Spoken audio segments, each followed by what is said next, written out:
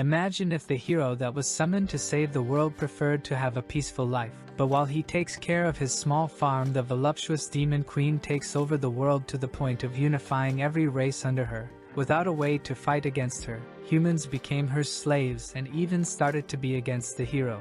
All of that happening while the legendary one is enjoying his tranquil life. The problem is that the queen wants to defeat the hero to prove to everyone that she is the pinnacle of all beings. So she did all that she could to find the legendary hero, but what she found wasn't as easy to deal as she expected. But all of that starts by telling us that this is a world with all races you can imagine, from simple humans to legendary dragons, and everything in between. And at this moment, all races are at war with the Queen of Demons. However, even with the strength of all races against her, the demon army with the queen is easily destroying everything. The beating was so intense that humans began to surrender, causing several rebellions. And it was with the unfolding of this war that Elizabeth, the strongest demon queen in all the history, assumed the position of ruler of the world and of all races. At that moment she sits on the throne.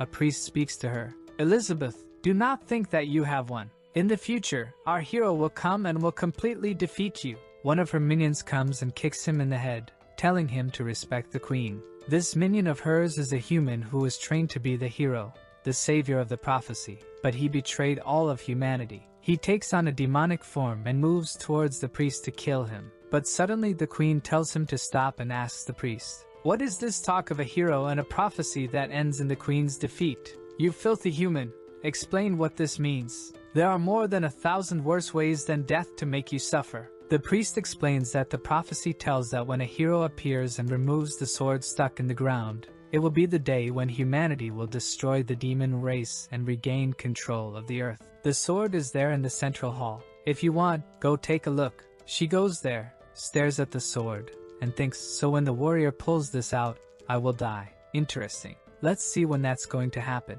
Then she prepares her entire army for the arrival of the so-called great hero. And a year passes. Then 2 years pass. But then 3 years pass. 4 years. And there's no one left properly guarding the castle entrance. 15 years later. Where the hell is the hero who hasn't shown up yet? Life in the city has even returned to stabilize. The races are all living peacefully. Trolls, lizards, humans, elves, all living in peace. And because of this, most people don't even want the hero to return. They are insecure because they know that if the hero returns, there will be a war. A lot of people will die, and they will have to rebuild the entire empire again. Even a faction against the arrival of the hero has been created. No one wants the hero to come. In the hall, the queen asks, "Does anyone have any news of this bastard who hasn't come to kill me?" The elf tells her that she has contacted all the trees, plants, and insects on the entire planet. No one knows where the so-called hero is. The dwarf says he's dumb and can't collect any information. But of all the weapon shops and blacksmiths in the world, no one has heard of the hero. The trader who is now representing the human race says he doesn't even think it's worth worrying about anymore. Probably, the hero doesn't even stand a chance against the queen anymore. But the bull demon who is on his side there already warns, "Be careful, the queen is not afraid of the prophecy. She wants the prophecy to happen. She wants the hero to come here and fight her. Better not talk too much about it because she's been irritated for 15 years. The elf says, in fact, this prophecy is probably a farce, and this hero doesn't even exist. At that moment, that guy who had warned the queen that the hero was going to come and kill her, enters with a sign from the Anti-Hero Arrival Association. The guy changed completely. Angry, the queen grabs him there with her hand of darkness and asks, "You didn't say there was going to be a hero of prophecy who was going to come and pull this damn sword here? Where is he?" The WoW #1 fan of her says that in fact, she is so strong, that the prophecy even failed to activate because humanity couldn't create a being as powerful as her. The queen's minion agrees with him. "That's true, my great queen. You don't even need to worry about this hero anymore. There's no chance for him." But he gets a thick tail slap in the face. The queen puts the priest on the wall and says, "Where is this damn hero? I've reached the top of the world, but I need to kill him. Otherwise, everyone will think I'm afraid of the prophecy. Where's this damn guy?" She even says she studied all the powers of this planet to learn the magic of the end of the world, just to face him. But where is he? At that moment, she stares at the sword and says, "Okay then, since you didn't come to me, I'll come to you." And she starts trying to pull the sword. Everyone is watching in horror saying, "Your Majesty, don't do it. You will die. The sword was made to kill you." Energy begins to explode all around the place. The queen is sweating, and everyone starts flying, having to protect themselves. She uses another wave of power and blows up the entire castle. However, with this, she pulls out the sword of prophecy. Who said only the hero can take this out? At that moment, she can feel for whom the sword is calling, and her gaze begins to sweep the planet toward a little house, a small farm in the middle of nowhere, and she says, "So this is where you've been hiding?" Then she uses a forced teleportation. Her subjects beg, "Please, Your Majesty, don't go. Allow me to serve by your side." Queen Elizabeth. We then see life in that little farmhouse. A boy is there peacefully with his straw hat, wiping the sweat from his face and saying, farming is so peaceful, and he really is the legendary hero. We see how his life was before being reincarnated. He was a guy who worked all day, and he hardly had any hobbies. He didn't play video games, didn't read anything. The only thing he liked to do was watch some farming TikToks on the way to work. And he always thought, "Man, if I could live a life like this, just farming and without worries, it would be so good." And then he was transported to this world. The beginner system taught him how to do basic survival things, like using some weapons, how to hunt, and he really liked it. This had always been the farmer's life he wanted, but then the system started warning him. "Congratulations, hero, you have completed the beginner stage. You can now start your adventure." But he thought, why start the adventure? Well, it's so peaceful here on my farm. I'm not in the mood. The system explained. After you leave the beginner village, you will encounter many people in this world. You will learn many skills and magics. You will learn swordsmanship and become stronger. And when you become the legendary hero, you will kill the demon queen. Please start your adventure now. But he thought, I'm not interested in killing the demon queen. Let her be. I just want to stay here and live peacefully. But the system kept insisting. No, you can't do that. The demon queen is killing everyone. Please start the adventure. Start the adventure. Every day he was spamming this to the protagonist. But he soon realized that, besides complaining, the system couldn't do anything else. So, he decided to live there forever. Since there's the beginner village where the hero starts, it comes with a protective barrier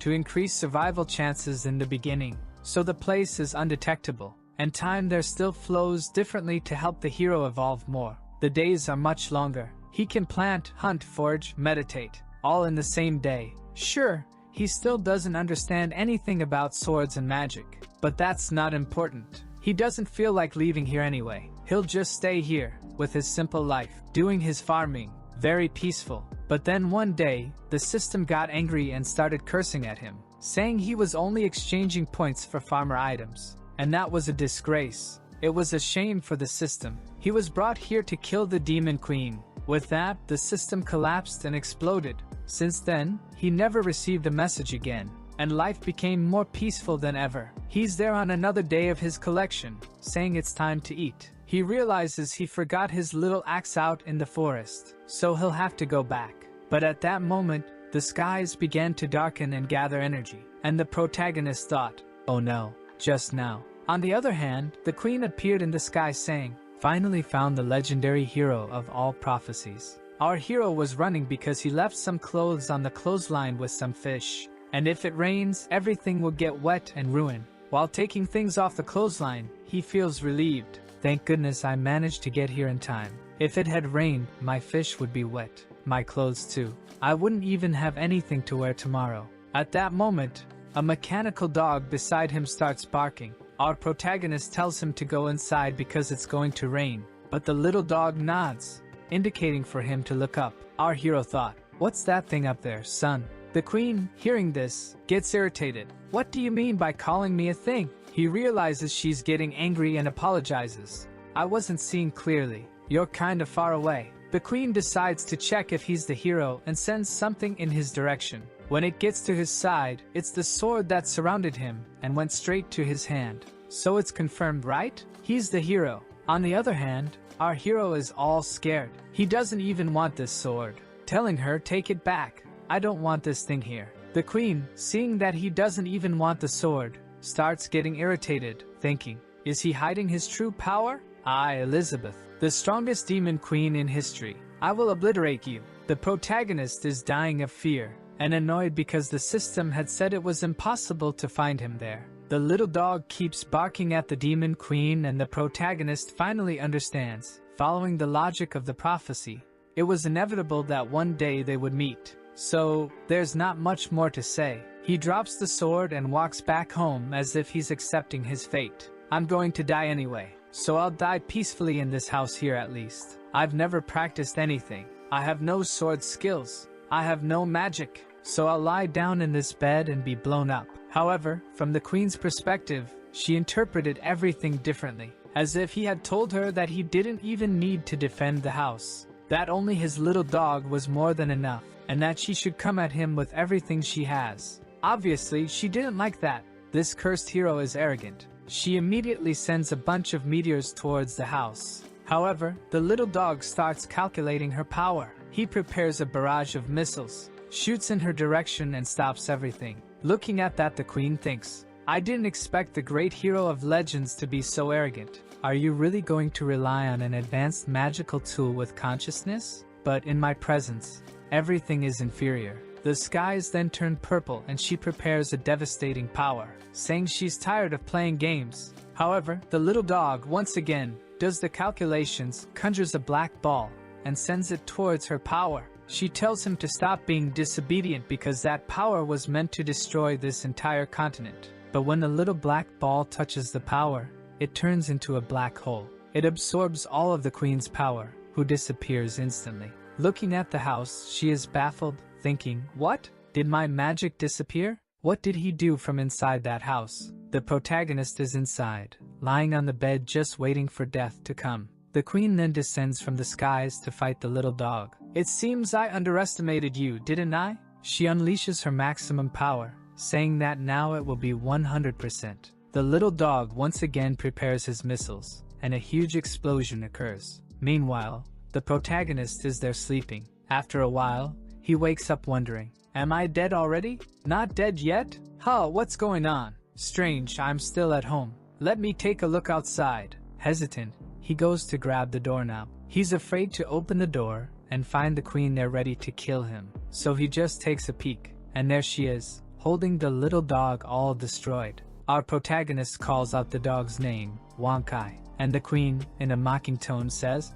oh, I'm sorry, but I had to completely destroy this magical tool of yours that you're so proud of. Our protagonist is scared, saying, can't we talk a little bit, queen? The queen replies, of course, right after I kill you. But inside, she's thinking how unbelievable the situation is. How did that magical tool make me use all my power? Is this the end of the queen? And then she faints there, falls flat on the ground. Our hero rushes to help her, asking if she's okay. And the deactivation of her armor begins, which was sustained by magic. Everything covering her starts to fade away. And our boy obviously has a nosebleed as usual. Sometime later, it's already night. She wakes up in bed handcuffed. As soon as she notices this, she thinks, damn, how did I, the legendary Queen Elizabeth, the strongest of all millennia, get defeated so pathetically? And the worst part, instead of taking the opportunity to kill me, he imprisoned me. All of this is just for him to show me his power. She tries to free herself,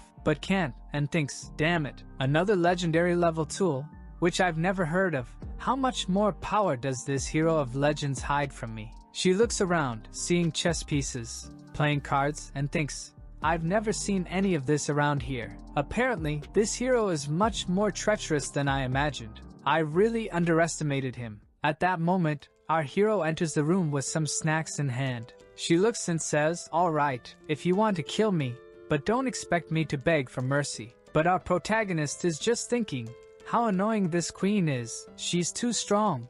This is my only way to survive. So he tells her, can't we talk? These handcuffs I put on you, it was just a precaution, because I'm very afraid of you. You're formidable. The queen is a bit confused, thinking she's being underestimated. He says, I think we, had a misunderstanding. I'm going to take these handcuffs off you, so we can talk peacefully, okay? But from her perspective, she's interpreting what he said like this. Sorry if you hadn't realized from the beginning the difference between us. believing that you were strong enough to challenge the hero. Okay? I'm going to release you here for you to realize that you can't do anything, and you're going to obey everything I say. Then she thinks, this bastard, how dare he threaten the Demon Queen? He then says, ready? I've already released you from the handcuffs to show you that I can't do anything against you. Got it? Let's talk. The Queen is frustrated. Damn it, I underestimated him too much. As strong as I am, I also have to know when to surrender, but he will pay dearly for this arrogance in the future. Our protagonist leaves the room trembling and says, go rest now. Our hero breaks the fourth wall and says to us, you must be wondering, why didn't I kill the Demon Queen? But I've read in the books of this world, and it's extremely common for the Demon Queen to be revived immediately after dying. So if I kill her, she will come back. The only way to resolve this conflict here is by ending this conflict. There can no longer be a fight between the Queen and the hero. As long as I'm not a threat to her, I'll be able to become her friend, and we'll live happily ever after. The crazy hero is laughing like the Joker. The Queen is just thinking, damn, he's still laughing in my face. The prota grabs the little dog there and says, hey, buddy, you're all beat up, huh? The Queen, seeing that situation, says, oh, so this is your most powerful magical tool? Our hero thinks, it's not exactly a magical tool. It was just a little invention I made when I was kind of bored. And he responds to her, yeah, you could say that. It was one of the last things I developed. The Queen lets out a little smile, planning, perfect, now's the time. He was careless. By taking off my handcuffs, he allowed me to use my secret abyss magic and instantly recover. And now, without the protection of your robot, the balance of this fight is completely in my favor. It's time to kill you. Ready for the attack, she said. Sorry for breaking your things, great hero. But he replies, relax, it's okay. His memory card is still here. Behind him, she's thirsty. This is the perfect moment. I'm going to end the hero of legends now. At this point our hero says, luckily I have 6 more of this little body of his prepared. So you don't need to worry about that, Queen. The poor girl is speechless. He already puts the memory card in and the little dog turns on, all happy jumping. Le Ping, our hero still says to her, I even like having company, but sometimes they're too messy, so I just leave one activated. In her view, all of this was a plan for her to be embarrassed. Seeing his distorted smile, she already falls on the bed, not understanding anything. There's no way, it's impossible. Suddenly she smells something and says, what's that smell? Li Ping says, I saw you passed out, so I prepared a little meal here to warm you up, and it's ready, all made with the farmer ingredients he grew. But after being a farmer, therefore, the time, his level of cultivation is the maximum. The Queen looks at the food and says, why did you bother with this? Only the weak need to eat. I have transcended. I don't need these things. But she smells the food and ends up feeling like eating. Our hero says, I myself cultivated all these vegetables and grains. Please try it. In his head, he just wants to resolve the conflict with food. She's still hesitant, but decides to try it, speechless. The protagonist is thinking, even though he has practiced cooking for so many years, would what he cooks be able to please someone of the Queen Demon's royalty status? She takes some more, and bites, takes another, and already thinks, with each bite, the meat juices explode in my mouth like fireworks, not to mention that the flavor is so natural, and it still contains a very high amount of magical energy. Who would have thought that there are delicacies in this world that would please even the Demon Queen? I can't do anything but swallow every last bite of his meat. At that moment, she feels something exploding inside her, and complains to him that it's too spicy. What did you do with this food? Li Ping is scared, saying that the only thing he did was put a little chili, which is something he likes. Can't the Demon Queen handle spicy food? The Queen is suffering and thinking, it was obvious, as if this hero was going to be so nice. He's only trapping me to use me for experiments. He brings her a soup, saying it will help reduce the burning. She stares and thinks, he gave me the poison and now he's giving me the antidote. Really, I'm playing in the palms of this hero. It's such an uncomfortable feeling, though. Suddenly she transcends and goes to heaven with the protagonist's meat in her mouth. The taste is so comfortable, so peaceful. The war between the Demon Queen and the hero, none of that matters to me anymore. I'm going to forget everything and live quietly, because I finally discovered how insignificant I am. The food has such a high magical concentration that it even evolves her. getting stronger. She gets confused. She looks at him and says, "Stop pretending. What do you want from me?" Li Ping, feeling awkward, says, "What do you think? I just wanted to do some research to see if the demon queen and the hero could live together." But she interprets it differently. "In this world, you are the only one qualified to be my research slave, since I am the hero. So come here, I will help you get stronger, to see if one day you can beat me." Our protagonist asks, "Do you agree with this? I'll keep making delicious food to serve you." While the queen is losing her mind, saying that a knight may die, but not passing so much shame, especially her, demon queen. She is sure that the protagonist's plan is to make her stronger, to see if she has any chance of facing him. Thinking about it, she turns there, goes to the bed, stands up, and announces,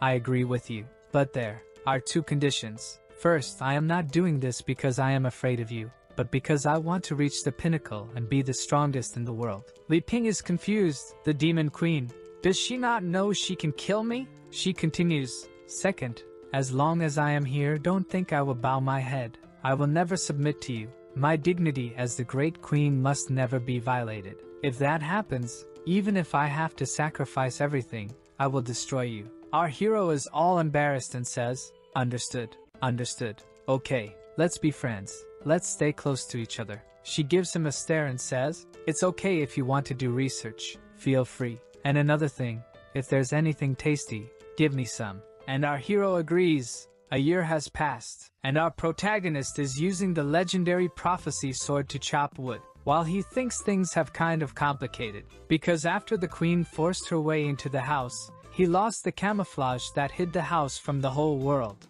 And the monsters that keep passing by there don't seem easy to deal with, but obviously, when they sense the queen's presence in the house, they don't dare to attack.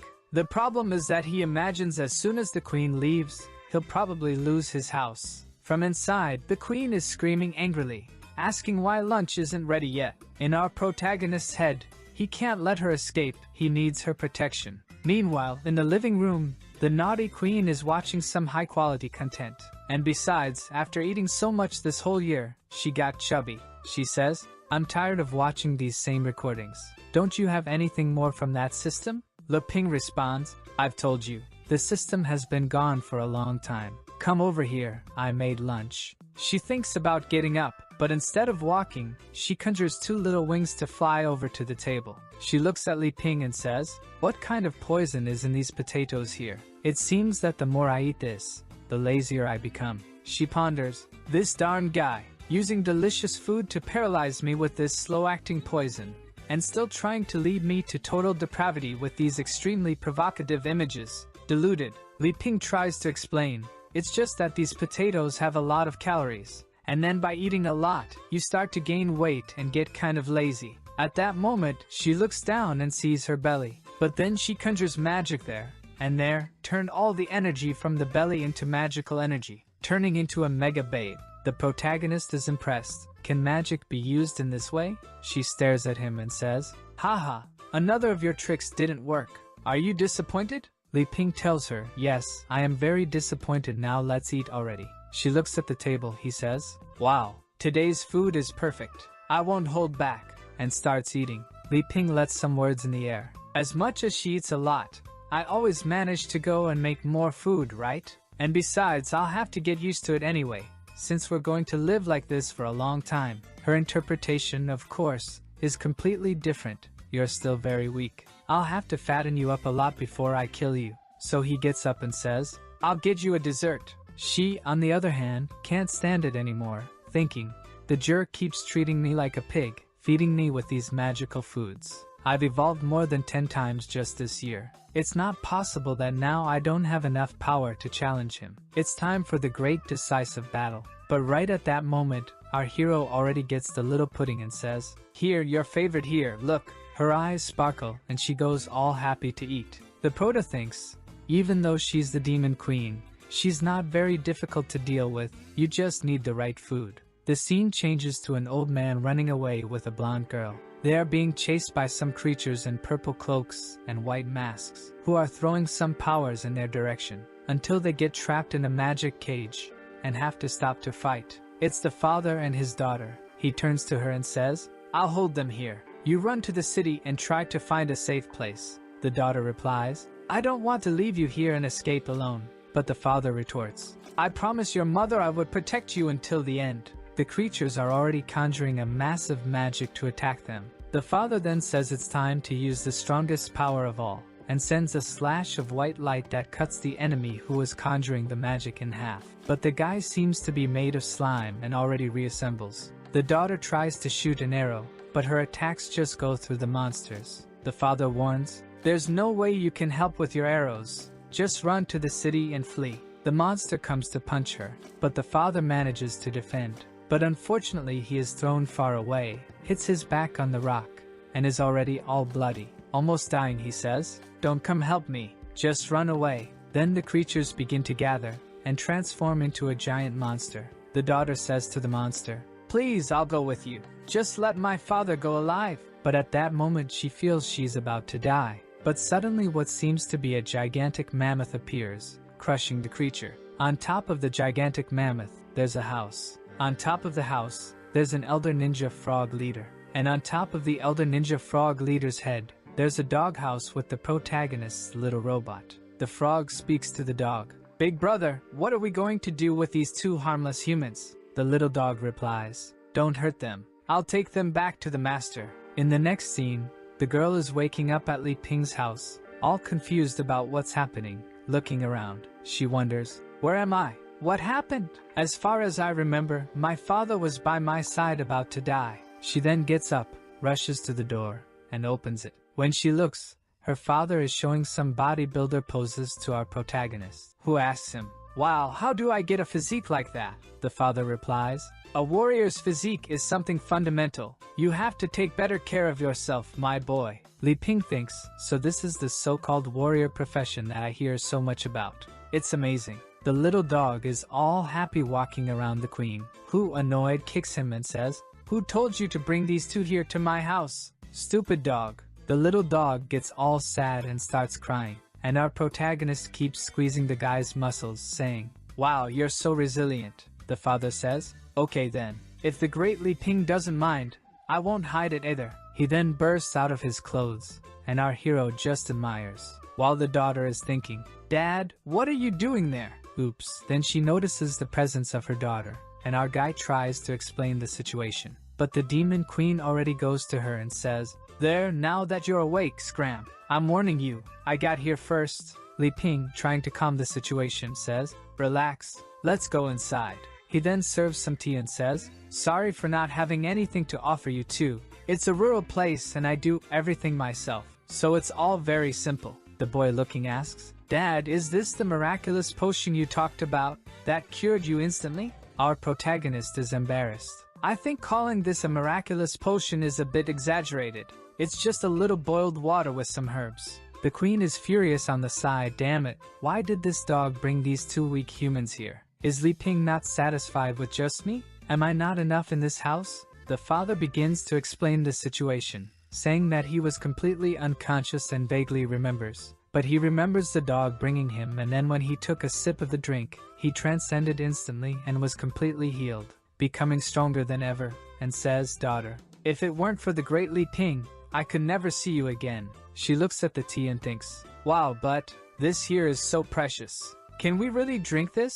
Our hero says, you adventurers are so humble, but relax. You can drink it, no problem. They thank him and start drinking. Instantly, both transcend, going through a myriad of events, ending up in the cornfield, crying on the ground, birds flying around, a circle with an alien ship passing by. Both are confused, and the father instantly goes from a 3-star archmage to 4 stars, and the girl goes from a 1-star mage to a 1-star archmage. The father turns to his daughter and says, girl, our level has advanced instantly. And she replies, indeed. I even feel that the elven blood, from my mother's lineage, was awakened by this drink. New ears grew on my head. I really checked and she didn't have elf ears before. The two are dismayed to realize how much stronger Li Ping is. For them, that is an unattainable power. They even get demotivated. The protagonist looks and says, relax, I'll serve another glass for you. The father crying says, it's okay, Mr. Li Ping. It's enough. The father is thinking, Mr. Li Ping is a heaven-sent person. I can't cause any more trouble for him. Our hero says, alright. Thinking, I wanted to serve some different drinks and food, but unfortunately, Elizabeth took and hid everything. And if I take it to serve them, she'll kill everyone. And she's right there saying, everything here is mine. Don't even think about taking anything else. Our hero lets out a sigh saying, yeah, really, we don't have anything else to serve. I'm sorry you were attacked, right? What happened? The father explains that they were attacked because of the elven lineage in the daughter's body. Her mother was a great saint elf. However, her husband was of the human race. And for elves, it is forbidden to marry any other race. So the protagonist asks, oh, so the elves are hunting you down? The queen interrupts saying, stop lying. The demon queen banned interracial marriage long ago when she conquered the world.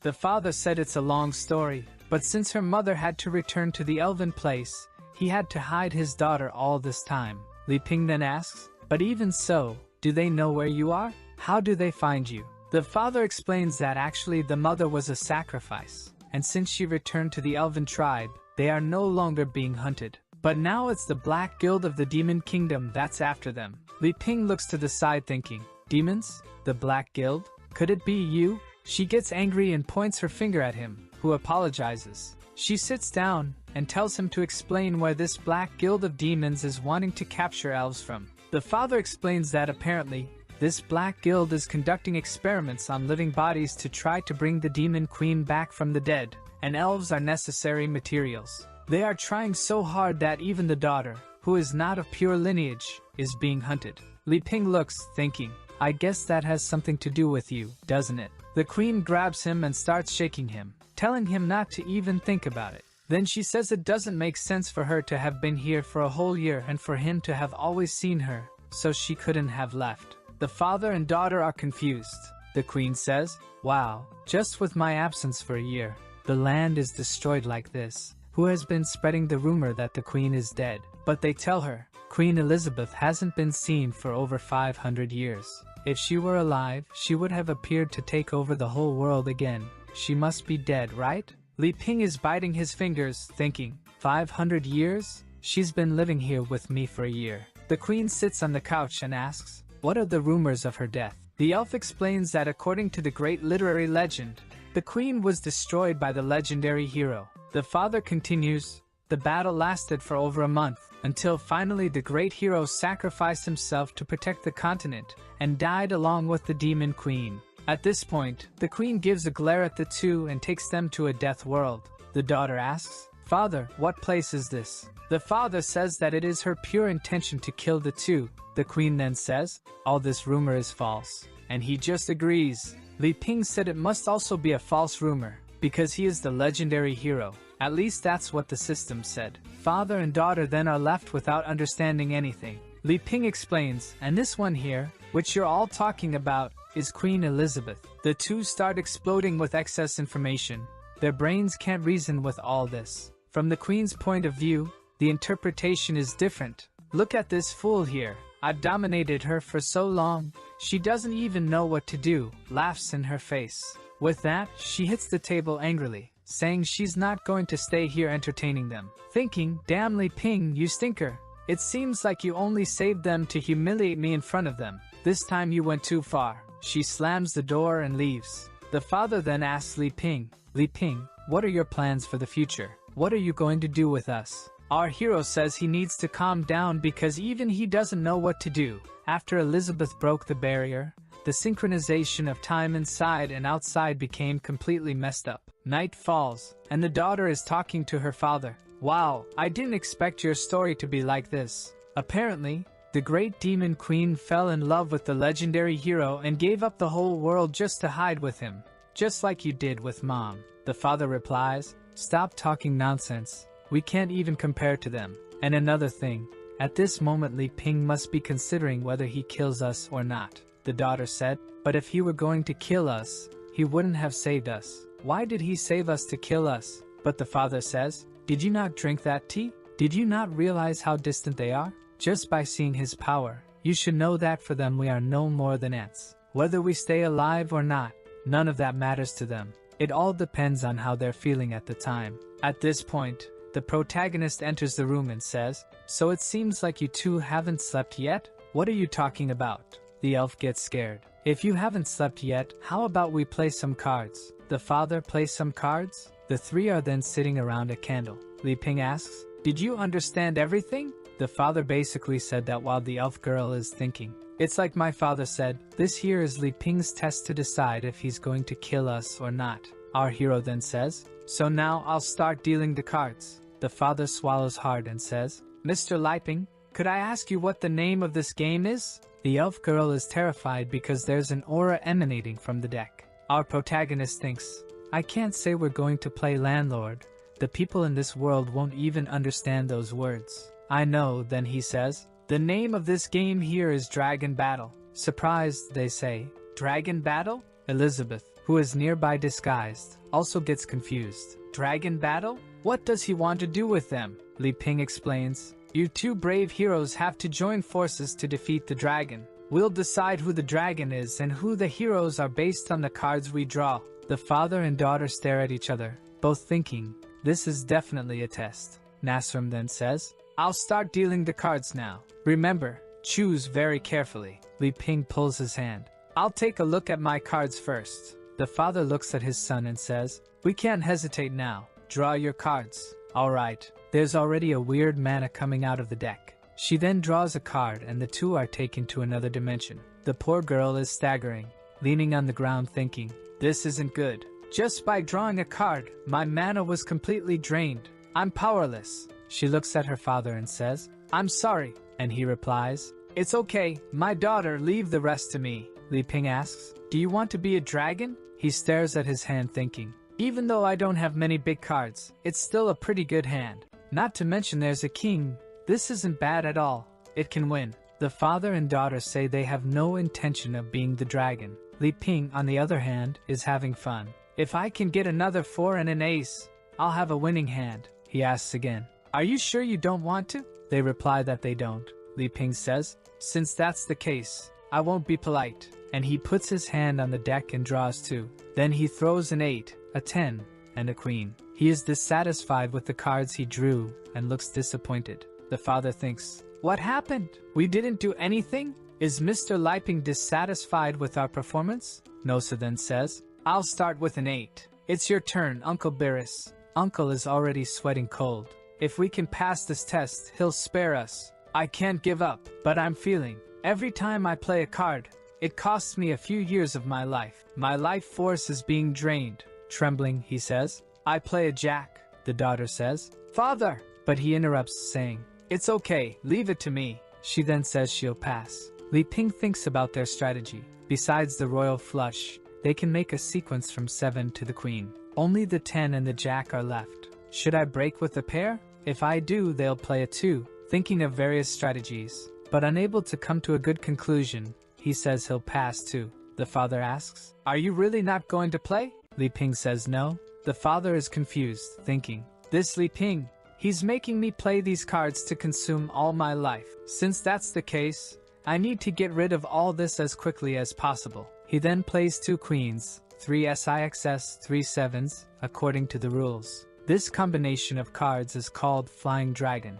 I don't know what's going on, but it seems like all the life energy from his leg was drained. The price for this was a leg. The bigger the cards, the higher the price to be paid. A flying dragon appears between them and both are confused. "What is this?" The creature then uses a power and hits Li Ping on the head. Elizabeth watching everything. The father is afraid, thinking he made a wrong card combination. "I just offended the legendary hero." But our hero is very calm and says, "Well played." The father says, "It's your turn now, Mr. Li Ping." However, our hero responds, "I'll just pass. You can go again." The father says, "Alright," and plays a 3, his fingers and leg already starting to feel lifeless. The elf daughter says she'll pass too. Our protagonist then says, "My turn," and plays a 10. Both look at each other knowing they can't beat that hand. Li Ping reveals, 6, 7, 8, 9, 10, jack and queen. A sequence. Now it's trouble for the two of them. Giant destructive waves begin to appear, and they are both drowning. The father tries to save his daughter, but it's hard to resist the waves, until they both wake up breathless. "I can't play," but our protagonist is calm. Now there are 3 kinds with a pair, summoning a group of knights. The father tells his daughter he can't win, but the elf girl says, "Hold on, I can. The father tells her not to do it. It will cost too much life force and is very risky. But she says, I can't just hide. I also want to protect you, and I'll play three of a kind with a pair. The knights then go against each other beyond. A battle in the skies ensues, and only her knight remains. The father asks if his daughter is okay, and she says yes. Li Ping praises her moves, saying,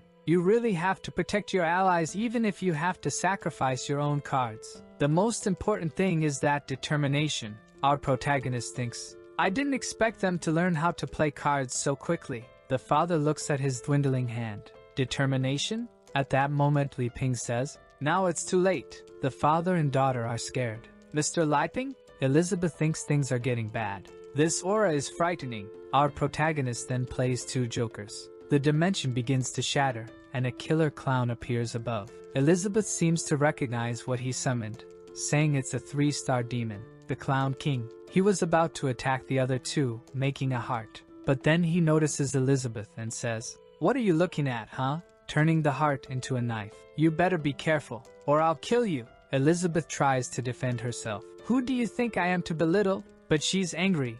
All this time she's been absorbing everything the protagonist has been doing for her, and theoretically giving all the possible energy. But she just reached the 3-star level. But this creature that Li Ping summoned is a 3-star demon. She's confused. How can he summon something of the same power level as me so easily? The father looks at his daughter and says, Elif, I'm sorry, but I don't have this power. It's okay, Dad. How can you blame yourself? It's all my fault. I annoyed Mr. Liping. The poor man is spitting blood, saying, my life force. It's being drained. Li Ping sees him spitting blood and asks, Uncle, are you okay? Thinking, wow, I don't think his injuries have healed yet. He sees the old man's hand that had 3 3s and 4 kings and says, wow, he could have won a long time ago. He was just letting me play with him. Man, I was so naive thinking I was good. It seems like I just disrupted his rest. With that, he says it's alright and takes all the cards. The dimension dissolves along with the demon, and he stands up saying, sorry for causing trouble. The father and daughter can't understand the legendary hero, but they are relieved to see they are still alive. Elizabeth is angry, thinking, ugh, that ridiculous Liping. He pretended to want to play cards with those two just to take advantage of this opportunity and hit me with that clown. The next day, in the morning, the two are leaving, and Li Ping says, Uncle Base, do you really not want to stay a few more days? The fruits I planted are almost ripe. He bows, we can't disturb you two anymore. Mr. Liping has already been very charitable and gracious. We will never forget. Our hero is a little embarrassed and says, it wasn't that serious. The father says, don't worry. After we leave, we won't tell anyone about what happened here. The elf girl with presents in her hand asks, Mr. Liping, do you still want to give us something so precious? But he says, it's just a little tea, no problem. Approaching the old man, he puts something in his hand and says to him, oh, and here's something for you too. A memento for you, uncle. The father looks to see what it is, and it's the deck of cards. Li Ping says, you can keep that. My card skills are very bad. I'm not cut out for this. Then Elizabeth appears, saying, hey. He looks at her, and she just opens her mouth. Go ahead, get out of here. They both run away, and Li Ping is left somewhat confused. She enters. Well, now that everything is back to normal, it's time to make some food for this queen here. Our protagonist simply agrees. The father and daughter are running as fast as they can. The daughter asks her father to stop, saying, I can't take it anymore. But he tells her, we can't stop. First, there was that game of the legendary card test, and then a threat from the demon queen. And then he remembers the night before. The two of them were in the room, when suddenly Elizabeth appeared and cut off their heads, saying, I, Elizabeth, command you two to leave this place tomorrow. You must not reveal any information about this demon queen and the legendary hero to the world. The two replied, yes, your majesty. The queen explained, if you have any plans to go against this queen, your head will be destroyed immediately by the curse on your neck. The father then tells his daughter, who would believe that the truth of the story is that the great hero Li Ping grew tired of the world's conflict and didn't want to cause harm anymore. At that moment, the daughter says, wait, isn't this place familiar? He takes a look. Huh, did we run this far? The little dog nearby thinks, bringing them here should be enough for them to stop bothering the master and that evil woman. In fact, they didn't run that far. The little dog just grabbed the two and took them on a rocket ride. The daughter then says, "Are the bodies of the Black Guild apostles still here?" The father starts looking around. There must be several types of high-level demons nearby. We have to get out as soon as possible. The little dog looks at something approaching and thinks, "What is that? Whatever, I'm going back home to keep being beaten by that wicked woman." Those who felt sorry for the little dog being beaten up now know that he quite enjoyed it. In front of the two, a legion of shadows appears. One of the demons that appears lets out a "He," and the others follow with a "Gugu." The father says, "I recognize that one. He's the great apostle, and he's a 2-star spiritual demon. Besides, there are several 4-star and 3-star spiritual demons, while the father and daughter are just 2 great mages of 1 star. She grabs his arm and says, "Dad, the difference in strength is too great. Leave me, you can escape." But the father is now motivated. "I know, the difference in our strength is really huge. But after seeing the realm of those two, these apostles here are nothing. Your father used to be called the Iron Heart of the Heroes." He points the deck in their direction. "Daughter, the demon is scared." The father says, "Since your mother returned to the elven tribe, your father has been taking care of you and being cautious. But I was wrong. Escaping won't solve the problem. If we can solve this, I'll take you back to the tribe and go after your mother." He activates a quad invocation.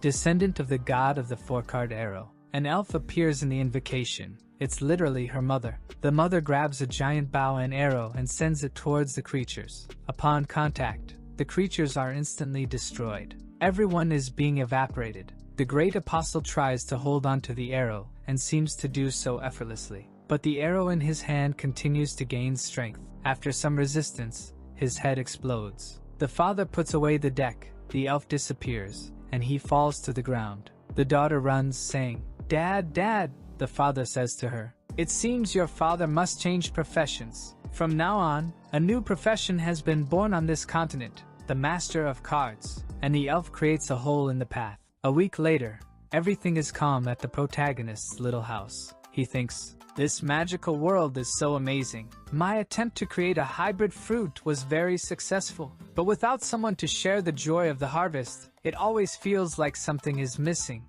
Knights, demon queen, warriors, elves. I originally thought I was content with a peaceful farmer's life. But after coming into contact with the outside world, my heart isn't so calm anymore. I want to see what's on the other side. People are always like that. They get one thing and want two. But I'm so weak. Forget it." The demon queen appears in front of him out of nowhere and says, "You seem a bit down. What are you thinking?" He responds, "I don't know. I guess I wanted to go out and see some things, but never mind. I'm too weak." She gets excited. "Finally, you're interested in leaving this place? Well, come with me on a trip." But inside she's thinking, "I understand that the outside world isn't comparable to you, but your attitude there is already too arrogant." Our protagonist, hearing the invitation to travel, is surprised. "Really?" In his head, "It's a completely different story if I'm out there with the protection of the demon queen." She tells him to stop talking nonsense and change clothes quickly. The two then put on their adventure clothes. The queen says to him,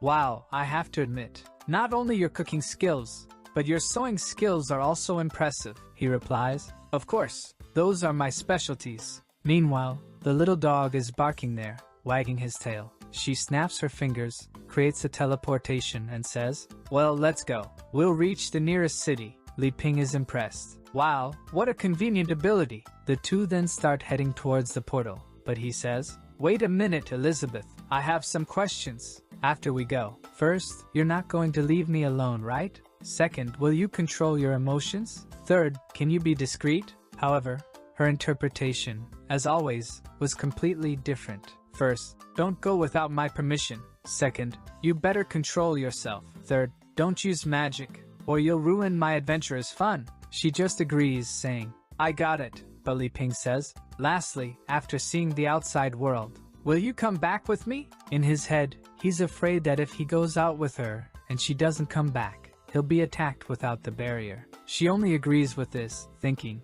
"Before defeating that evil hero, the outside world meant nothing to me." Li Ping says, "Really? You'll come back?" She then says, "I'll come back, but you'll have to agree to a condition." Li Ping asks, "What?" The queen tells him, "When we return, I want you to make me a super luxurious fruit pudding. Li Ping is a bit confused. A pudding? She says yes. Any problem? He says no, and they leave. The two leave, and the protagonist's little dog stays there. They enter the portal and appear in the city of Bolster. Several nice creatures. Our protagonist is impressed. Wow, this place is amazing. It's like I've entered another world. Look over there, Elizabeth. There's even an equipment shop. And wow, look at this. They're selling ingredients. But this doesn't seem to be just pork. He starts going to all the stalls happily. However, Elizabeth is thinking, 500 years have passed here, but it seems that the changes weren't that significant. Our protagonist looking around thinks, this doesn't seem chaotic at all compared to how the old man described. She's feeling proud. This is because I established a very strong foundation here during my reign. In the original world, various forces were in conflict, and the situation was chaotic. But I used my absolute strength to suppress everyone and established a set of rules that made everyone treated equally. So, I was the one who really saved the world, not the so-called legendary hero. After this speech, she looks to the side, and where's the so-called legendary hero? He's more interested in a little girl they're selling teddy bears. Wow, the details of the stitching are so delicate. They're very well done. Did you make this, little sister? The girl says. Yes, I did. If you want, I can even offer you a lower price. But then a pig-headed guy appears, kicking and shouting. Who gave you permission to open a store in this place? Stinky girl, your church owes protection money to my gang. And yet you had the courage to come here and open a store on my street? The poor girl's brothers are all shaking, and he grabs her by the neck. But she says, but you never even protected us. Why should we have to pay you any money for protection? The pig tells her, since last month, this street here is now the territory of the Beast Gang. If you want to survive in this place, you'll have to pay monthly tributes. The little girl says, that's not true. This church belongs to the nun. When she returns, you'll be in trouble. The pighead says, so it seems like you're still misinformed, huh?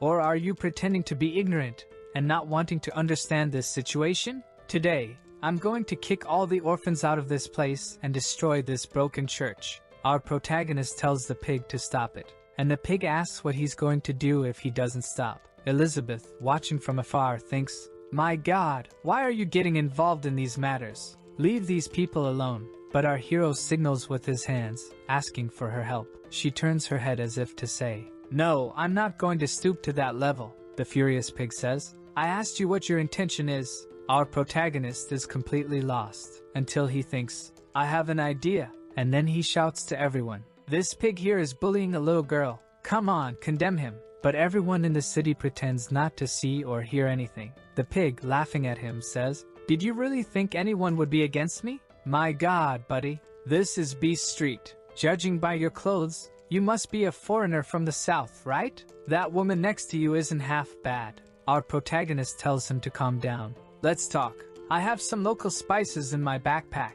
I can share them with you. But the pig says enough with the stalling and tells one of his henchmen, beat this guy and take that woman to the gang. But that was the biggest mistake he could have made. Elizabeth asks, do you really think you're qualified to capture me? You've stepped on a tiger's tail. The skies begin to darken, and the pig is confused. Why did the skies change? What's happening? Li Ping tells her to stop. Don't do this. You'll destroy the entire city. He's waving his hands there. Please calm down. At most, just give them a little scare. There's no need to fight. They're ordinary people, you know, Elizabeth says. I'll spare him because of you. Seeing everyone's magical power there, you can see that Elizabeth's is much greater. And the little girl with glasses can see that. Suddenly, it starts to rain, and the pig is scared. He stares at our duo saying, you too, are you going to try to protect the church and these orphans? Our protagonist just wants to fix things. How about this? Tell me, how much is the protection money?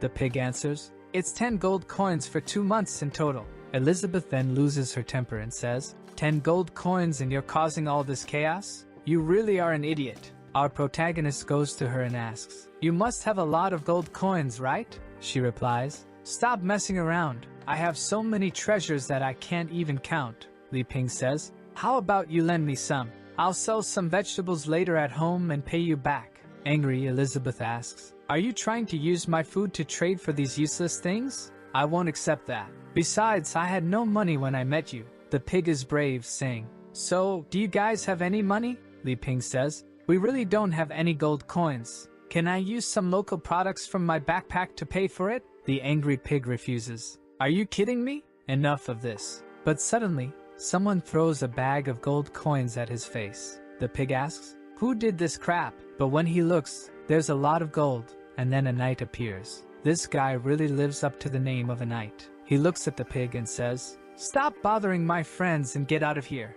You've received your money," the pig says. "So now the knight in shining armor is coming, huh? Okay, I'll let this one slide. I'm going, but you won't be so lucky next month." The little girl then thanks everyone there. Our protagonist thanks him, saying, "I brought some fruits. You can have them if you don't mind." The knight suddenly says, "I wanted you to be my partner in something." Staring at Elizabeth, the little girl is there confused. "Partner? What can I help you with?" Elizabeth crosses her arms and says, "I'm not interested. Let's go, Le Ping." But our hero tells her that they can't do that. He just helped us. Let's at least see what he has to say, right? The girl then says goodbye to the other orphans, saying she'll be back soon. They are about to enter a bar. I don't know how he's going to sit in the chairs with his horse's body. The knight tells them not to pay attention to anyone. Elizabeth angrily says, "It's all your fault, Le Ping. You insisted on bringing me to this terrible place, and I'm wasting my time." Our hero ignores her. The knight then says, "We've arrived." When he opens the door, a bunch of girls cling to him. Our hero is confused when he hears the guys say they are his wives. He's then preparing some tea and says, "Well, let me introduce them to you. The first one is Gotcha, and her profession is a shield warrior. This one here is the assassin Lolo and the mage Glee." The guy literally gathered a bunch of wives to make a perfect group for going into the dungeon. This guy is Elon Musk when it comes to productivity in the fantasy world. Lastly, there's Julia.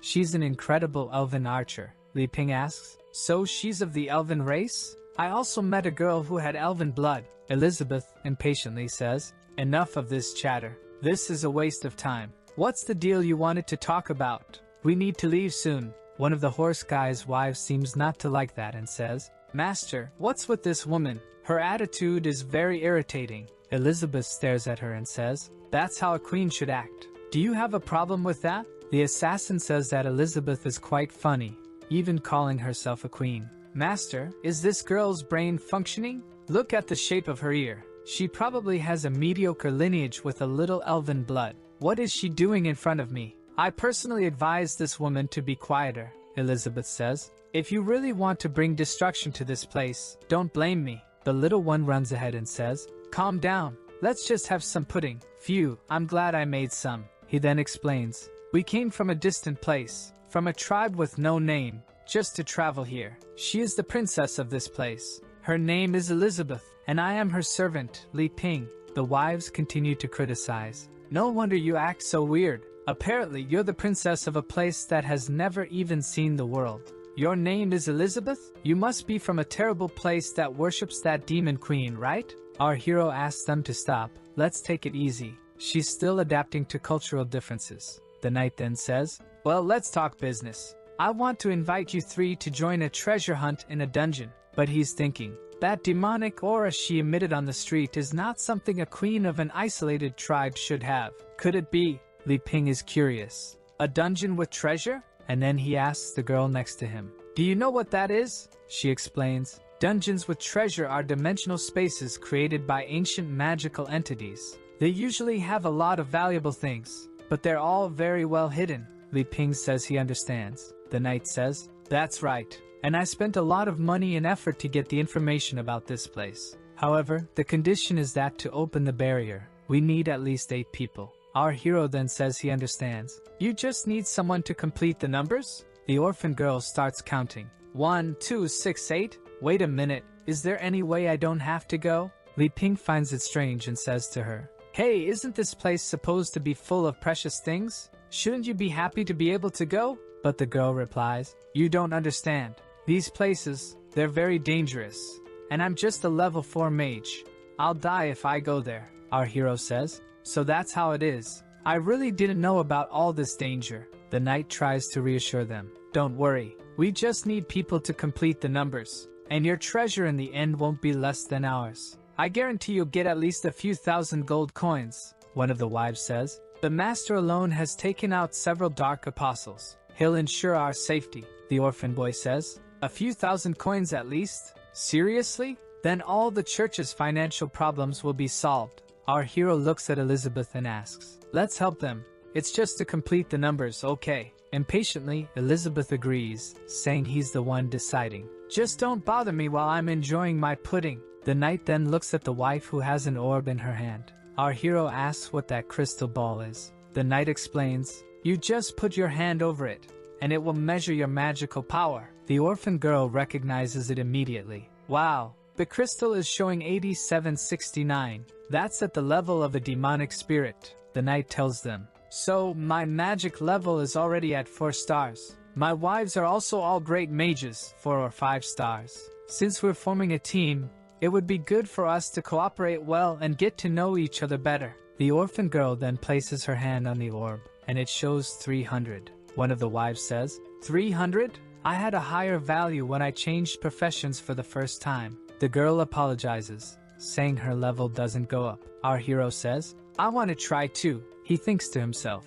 well, I never learned magic during all these years, but I'm the so-called legendary hero. My potential shouldn't be that low. He puts his hand on the crystal, concentrates, and it shows 0. The knight is even confused. 0? Even for a pure martial artist, it shouldn't be like this. Our protagonist hits himself in the face. Oh, what was I expecting? I've been farming all this time. Obviously, I wouldn't have any magic. He sits down and says, I'm done. No magic in this life. The assassin woman says, what are you going to do then? Apparently you're useless, right? Li Ping replies, I'm pretty good at farming. Speaking of which, these fruits I recently harvested. You can even try them. The wife thinks, my God, look at this pumpkin. You can keep this trash for yourself. You really are just a servant. The knight says, Princess Elizabeth, it would be nice if you tried too. Li Ping says, Elizabeth, just cooperate with them for now. She agrees, thinking,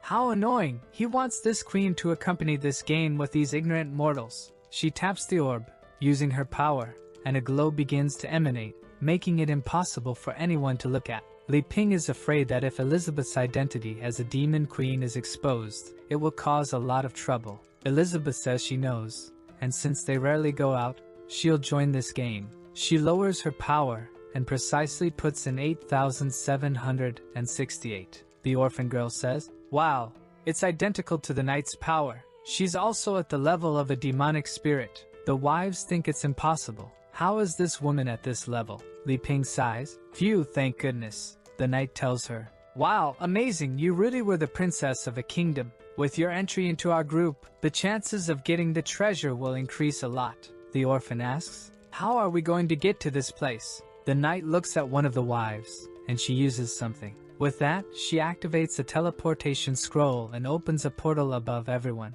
In the next moment, everyone arrives at the dungeon. Li Ping is excited, happy. Wow, I even got a little dizzy with this. The orphan feels some strange aura in that place. Elizabeth, on the other hand, has just arrived but seems bored. The knight then says, let's not waste time. Let's go straight to the treasure room. Elizabeth suddenly says, you know what? I'm not feeling it. Let's go home, Li Ping. One of the wives gets irritated with this and says, you weird woman, you came all the way here and now changed your mind at the last minute? Do you know how much a magical teleportation scroll costs? If you're not going in, you better not even think about leaving. Elizabeth looks at her and asks, are you going to stop me? Our hero steps forward to calm things down. Everyone, let's not be impulsive. Listen to me for a moment. Since we came here, Elizabeth, please, let's just take a look. The orphan girl with glasses says, Elizabeth, did you notice? Inside this cave, there's a magical power similar to yours. Our hero is confused. Wait a minute.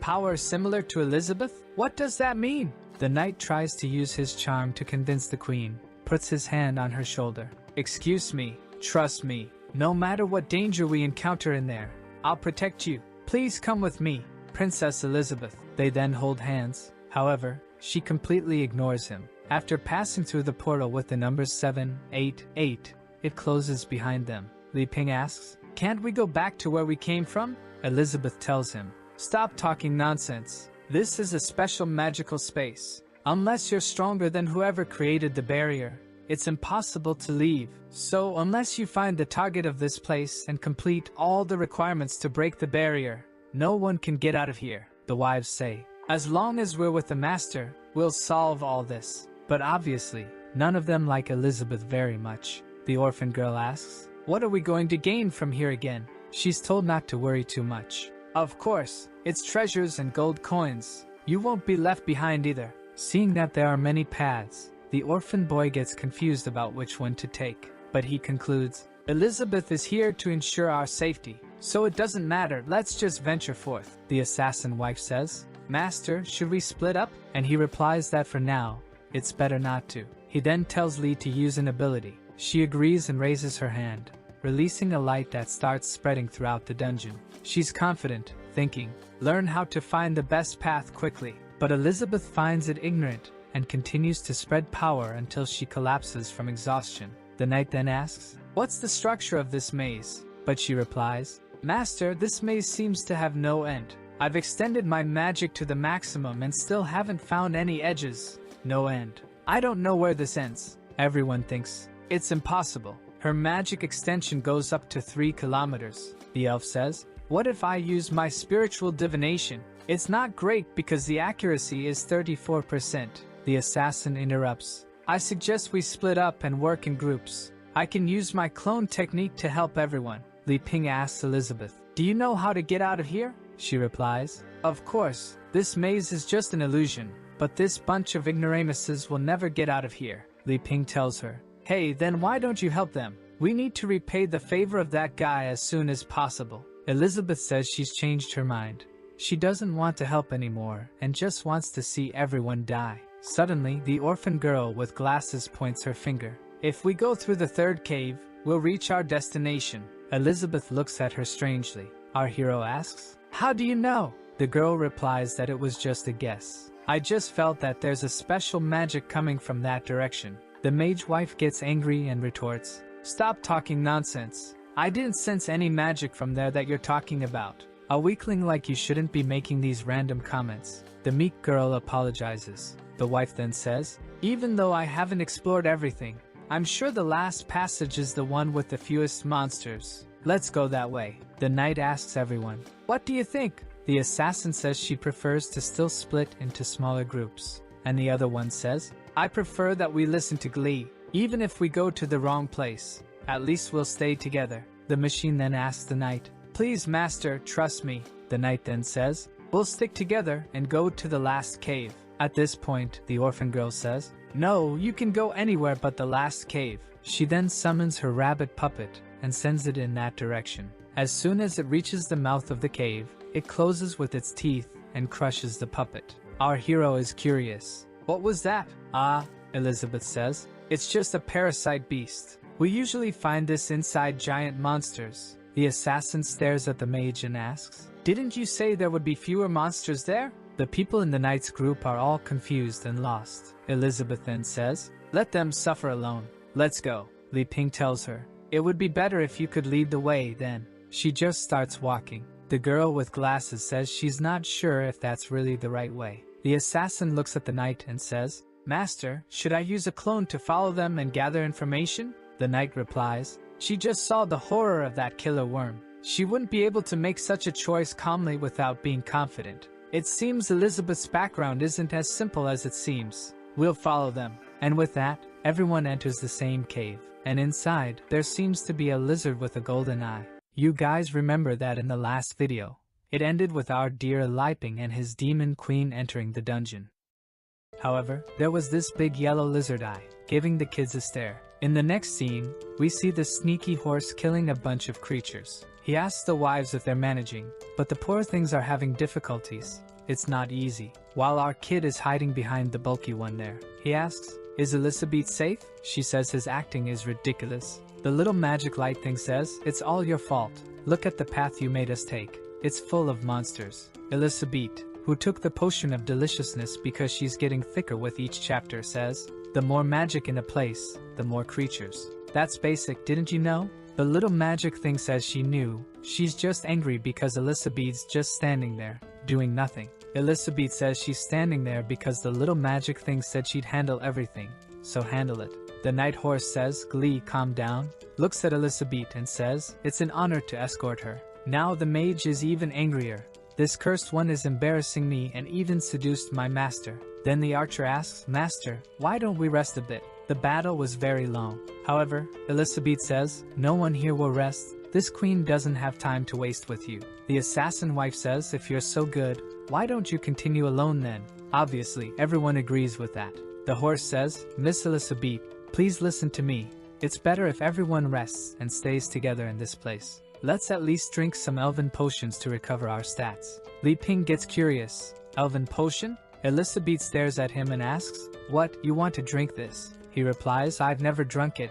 I wanted to try, you know? I don't know what it tastes like. Maybe it will inspire me to create different things. Elizabeth thinks, this damn kid is so used to eating good stuff that now he wants to eat garbage. But okay. Around the campfire, the little magic thing is saying, wow, this elven potion is so good. The buffed one next to her says it's good indeed, but she's more concerned about how long it will take to find the treasure. Julia, who is the elven wife, says this one is my special potion, already going towards Elizabeth. You can increase any kind of status just by drinking it. If you're so powerful, you don't even need it, do you? The knight tells her, Julia, don't be so rude to her. She apologizes there and throws a little potion. The queen takes it without caring much and throws it into our protagonist's hand. He asks, Elizabeth, don't you want it? I'll drink it then. Already drank it all. However, our kid immediately throws up. Damn, the taste of grass is so strong in this. You can't drink this. Do you want it for yourself, Annie? Annie says, sorry Li Ping, I haven't used much magical power, so I don't need it. Obviously Julia didn't like that and says it was a waste to give such a good potion to idiots like you. Elizabeth then throws it on the ground saying, alright then, I'll spend this on you. Now Elfinia got angry shouting, wait, what did you do with my potion? Elizabeth is very calm staring and says, what do you think I did? Li Ping goes to the backpack and says, calm down, no fighting, guys, I have something for everyone. Let me find it, hold on. He then shows some bananas and says, I've been wanting to share these with you since then. Finally, I have the chance, here you go. Already giving it to the knight. Everyone takes it, sort of thanking. And he hands an apple to Annie. She gets all emotional receiving something. Li Ping gets scared. Why are you crying, Annie? It's just an apple. Annie asks if she can take it home.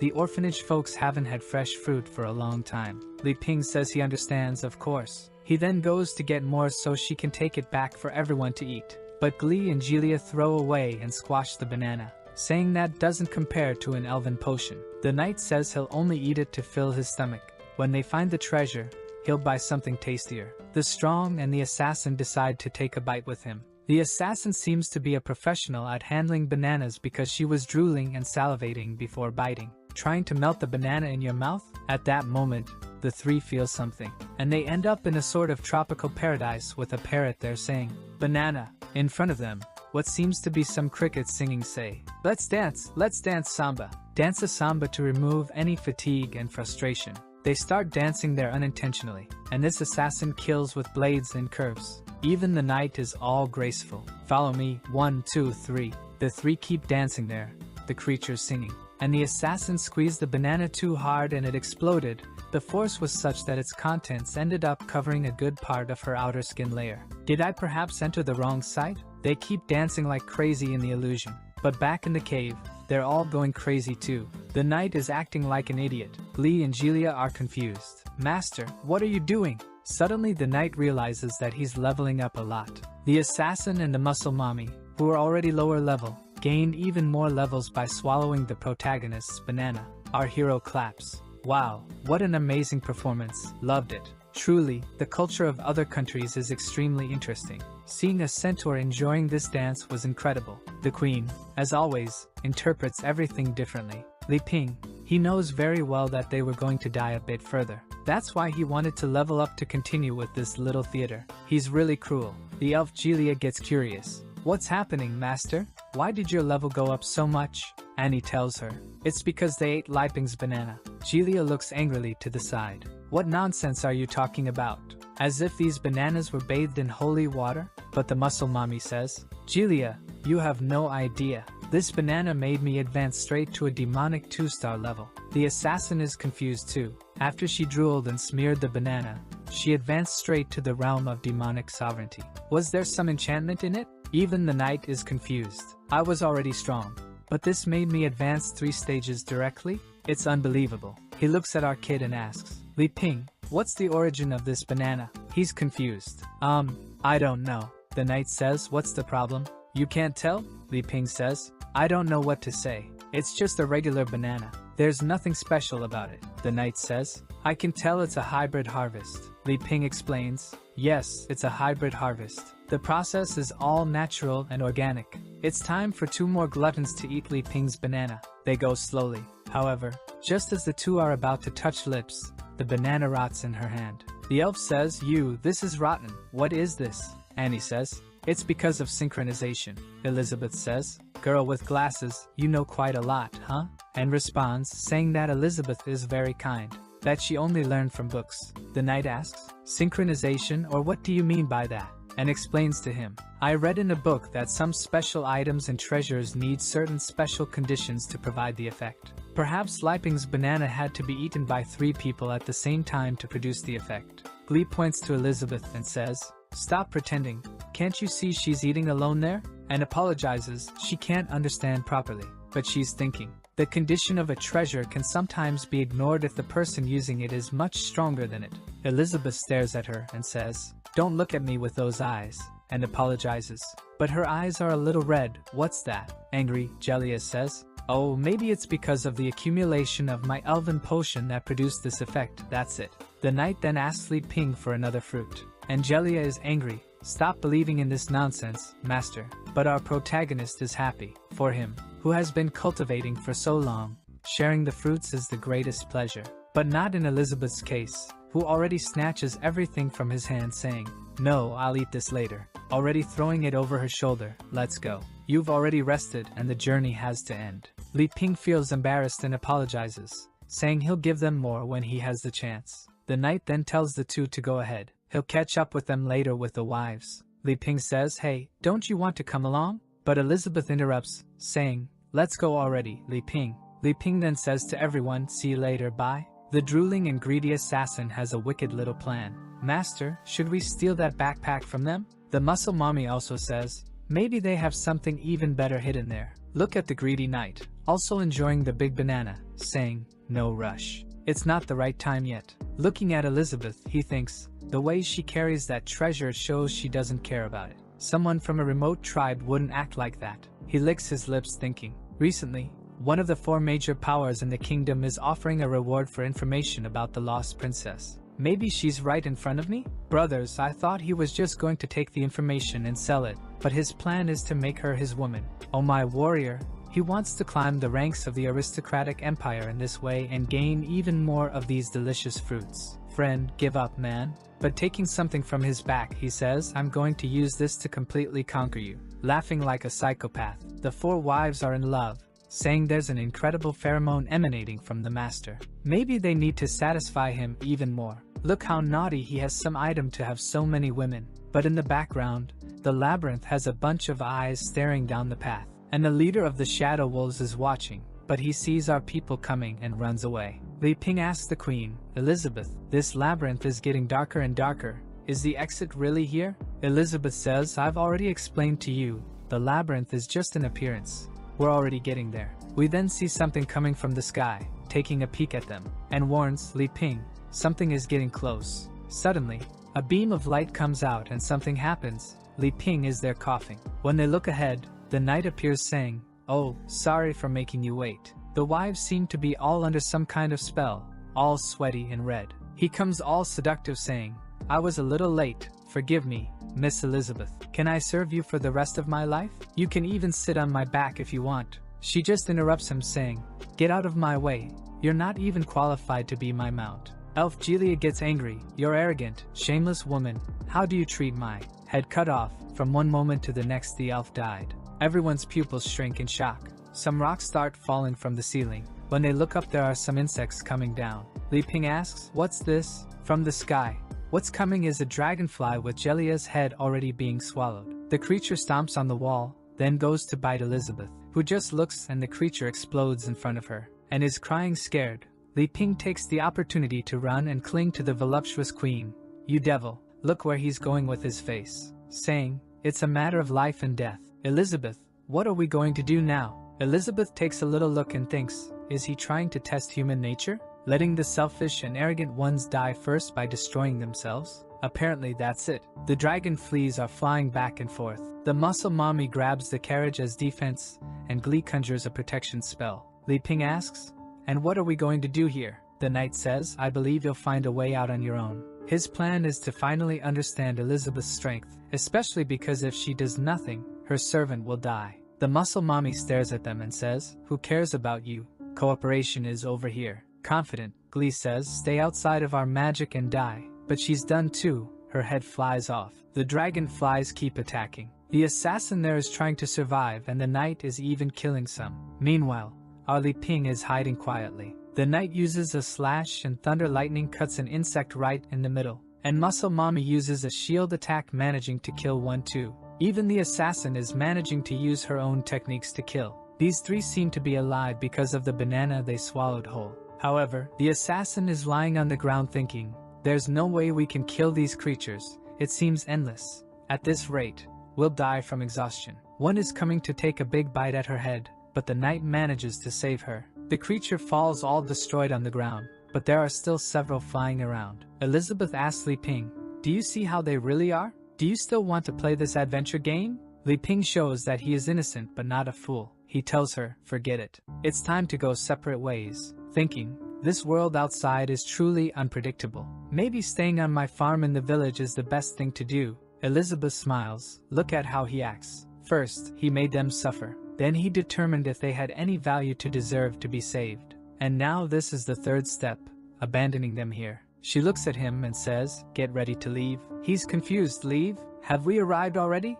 She says it's just ahead, and they start going. Then a creature comes to attack them. Button takes a look, and her little bear comes out punching and explodes the creature. Suddenly her little bear turns back into just a bunny. And she's confused. "Hey, what happened?" Li Ping turns around. "Hey Anne, come on," she says. "Oh okay." Elizabeth touches the wall, forming some waves, and says an incantation that opens the way. In front of them, a giant gate appears. Li Ping says, "Wow. So the exit is this giant door that starts to open with a golden light." Elizabeth goes ahead, telling them to come quickly. From afar, the knight looks back, and our Li Ping also looks at him, and he says to Anne, "Let's go." And with that, they're gone. The knight, who was facing the creatures until now, says, "Come on my back, and let's try to escape." The two look at him, and the knight is going crazy, saying, "Damn, do they think they can just abandon us here like this?" But apparently, the door has already closed. Inside, there's an immense amount of treasure. This room is on a floating island. The knight's wives manage to enter.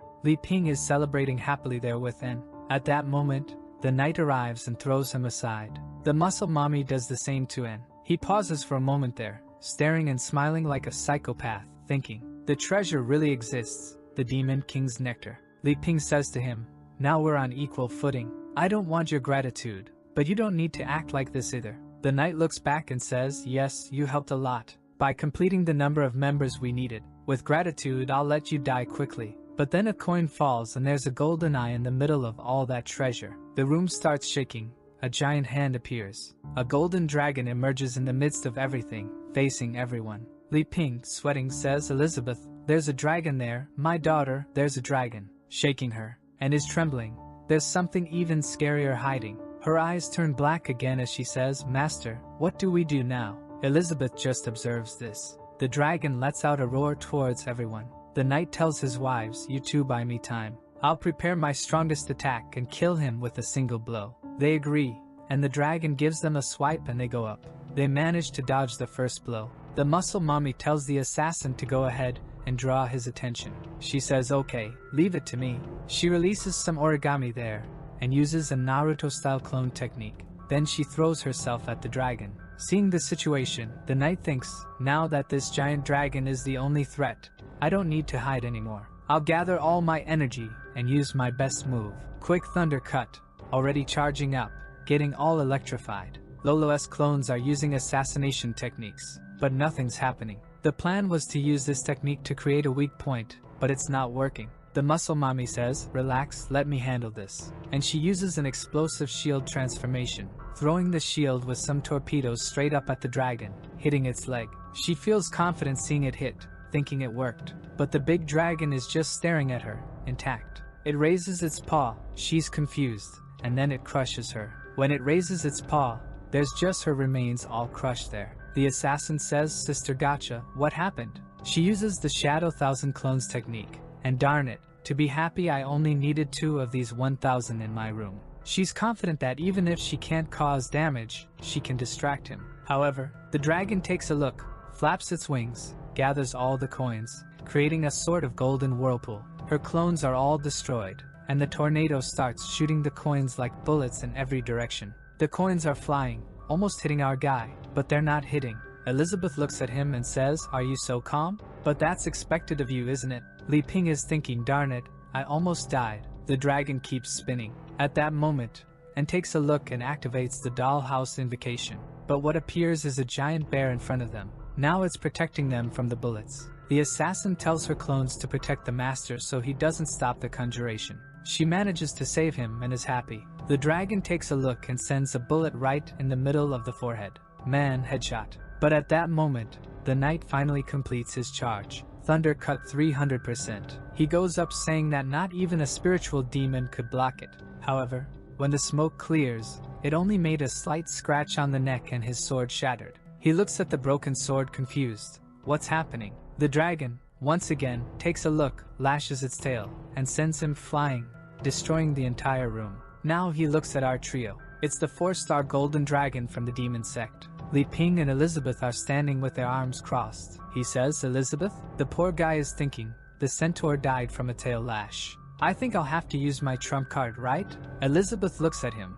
"Okay, what are you going to do now?" Li Ping says, "You can act now." She's confused. What? Has he already figured it out? I don't know what, but there's a plot twist going on. Li Ping tells her, "If you don't do this, I think everyone here will die." Well, he'll die, right? That's why he's scared. Elizabeth angrily says, "Don't order me in front of other people." She's thinking, he's trying to use my mount to threaten me. I can't believe it. Wylan is saying, the real terror hasn't started yet. I don't think we're getting out of here. At that moment, Elizabeth puts her hand on her head and says, "Jinji's bloodline.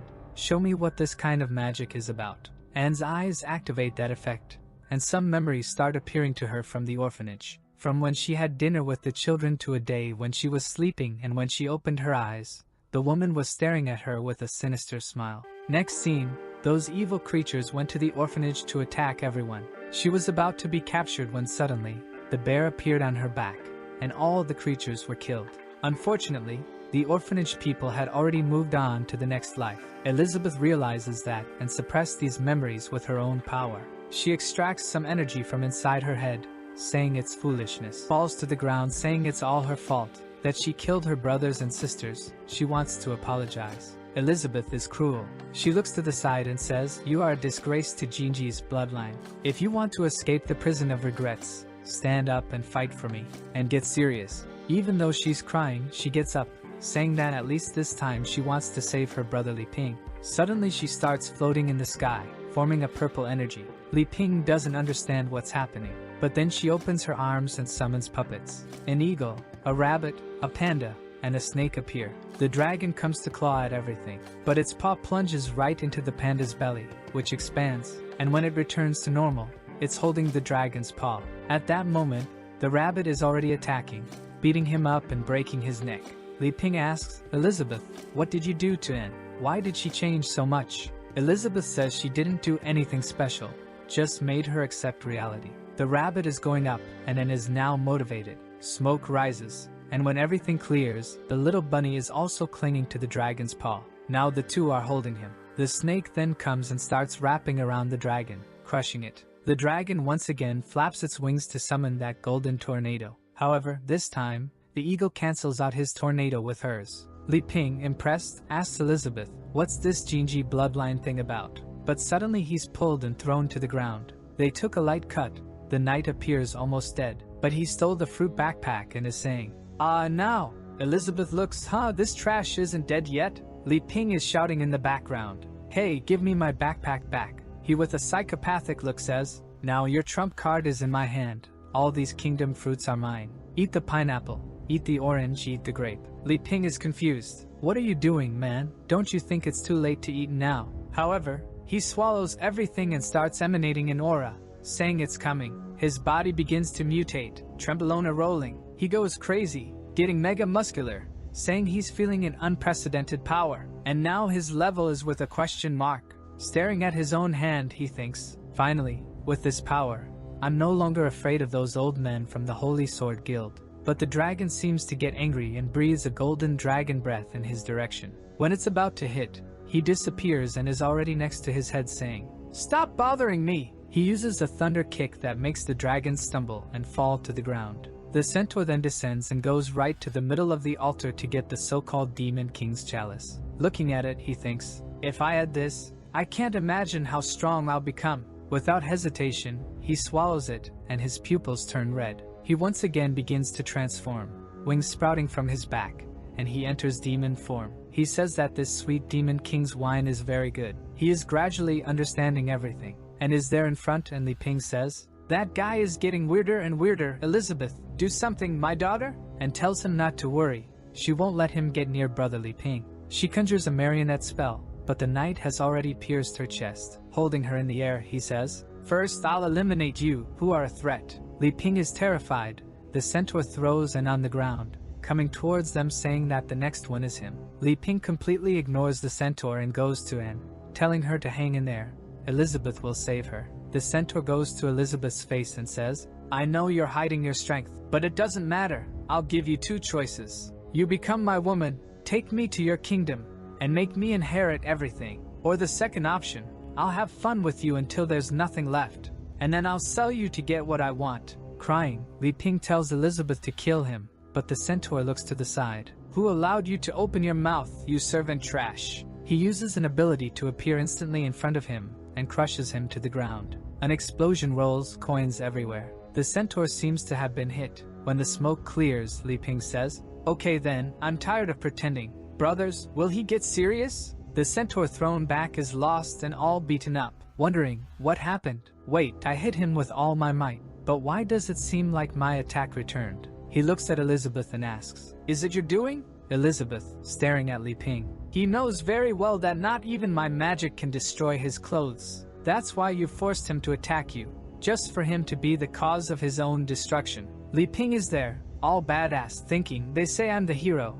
But he thinks, phew, it works just the way I imagined. As long as I give Elizabeth a lot of delicious food, she will protect me whenever I need it. As long as I'm useful to her, she won't let me die. No matter how dangerous the situation is, wanting to kill me is the same as wanting to leave her without food. There's no way our boy finds out he's too strong. The work ends on the spot, man. He's going to become a Saitama 2.0, the centaur says, truly unsettling. "You're quite proud, but I only use half of my strength. Woman, you rejected a centaur as powerful as me. You could have had fun, but chose to reject me." Then he charges. "So this is your choice then." Elizabeth remains calm. Midway as the centaur speaks, "I want to see you reflect my next attack." Something is already coming from his left, hitting him hard, slamming him to the ground. Elizabeth looks to the side and asks, "Finally awake?" The centaur is completely shattered on the ground, nothing left of the guy. From the shadows of that place, a golden dragon begins to appear. The centaur realizes that there is the true form of the dragon. What he killed was nothing more than some crumbs of power. He reabsorbs his old dragon body, and Elizabeth says, "Using your tail to pet? I used to play with you like that too. It's the true void dragon, a golden dragon queen from the Demon King's realm of a star." The centaur still doesn't understand. "Impossible. I also have the power of a demon king. I can't lose." But he is instantly crushed by the dragon's claw. Lying on the ground, Li Ping is confused. "Elizabeth, is this real?" Elizabeth says, "I think you figured that out a long time ago. This place isn't real." Suddenly they're floating. Elizabeth says, "Despite magic being your weak point, I don't think this would escape your notice." The dragon speaks some unknown language to Elizabeth, who responds. Then he starts crying, poof, smoke in the air, and turns into a loli. Of course, there had to be one, you damn Chinese. Her name is Amelia, and she's Elizabeth's pet. She cries, "Is it really you, Queen? I've been waiting for you for so long." Elizabeth tells her, "You have arrived in the realm of a demon king, and are still so innocent? I didn't want to come here because I knew it would wake you up, and you would start clinging to me. Amelia, hugging her, says, "No, master, you disappeared for 500 years without a word. I miss you so much." We then see Amelia's story. She was born between heaven and earth, and it was Elizabeth with her magical energy who incubated the egg. When she was born, they made a contract, and Elizabeth not only gave her the name Amelia but also created her personality, trained, and played with her. That's why Amelia has a sacred oath to serve her forever. When she grew up, she became Elizabeth's mount, carrying her around the world to face cruel creatures. This is because, to end the wars, Elizabeth decided to dominate the world. Amelia was happy to see her mistress achieve world domination, but she smiled less and less. Amelia knew, the stronger Elizabeth became, the less she could help. And one day, out of nowhere, she decided to pull out the sacred sword and disappeared. At the race meeting, Elizabeth's absence is causing problems. Even all the reputation she had is now not serving much. The amount of crime continues to increase. The Orc minister says that this is the case in their tribe too. Several are announcing separation, as the only thing that unified everyone was the fear of the queen. The dwarf minister says that maybe it's good for everyone to return to their homelands and take care of the regions until the queen returns. Twyla, who is the minister of the elves, asks Jean, who is the minister of the demons, "Where's Elizabeth? You were the closest person to her. Was she defeated by the legendary hero?" Jean says it's impossible. He has seen her terrifying power. There's no one in this world who can beat that.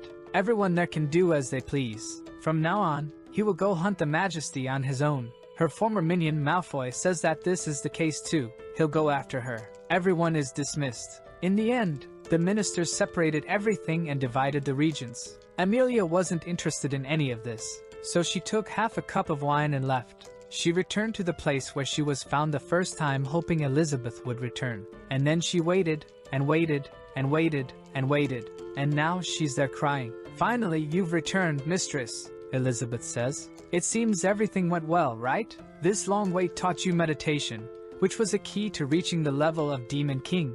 Amelia continues crying. "Mistress Elizabeth, don't leave me like this again, please." Poor thing is thinking, "She abandoned me just so I could understand meditation and increase my level. She really does everything for me." Li Ping, up there trembling, says, "Hey, Elizabeth, stop dwelling on the past and save Annie already." At that moment, Annie opens her eyes and says, "Brother Li Ping, where are we?" Li Ping is relieved. "Annie, are you okay?" She says yes, but she reaches for the backpack, pulls out the apple he gave her, and the apple is all destroyed. Li Ping pets her, saying, "That's not a problem, relax." Seeing the situation, Elizabeth thinks, from the beginning, he had already made this plan. The scenario was already set when he gave the bananas. Amelia is all cute, rubbing against Elizabeth, but she gets mad when she realizes the queen keeps looking at Li Ping. So she asks, "Mistress, who's that guy over there, huh?" Elizabeth says, "Him? He's the hero of legends. I stayed at his house while I was away."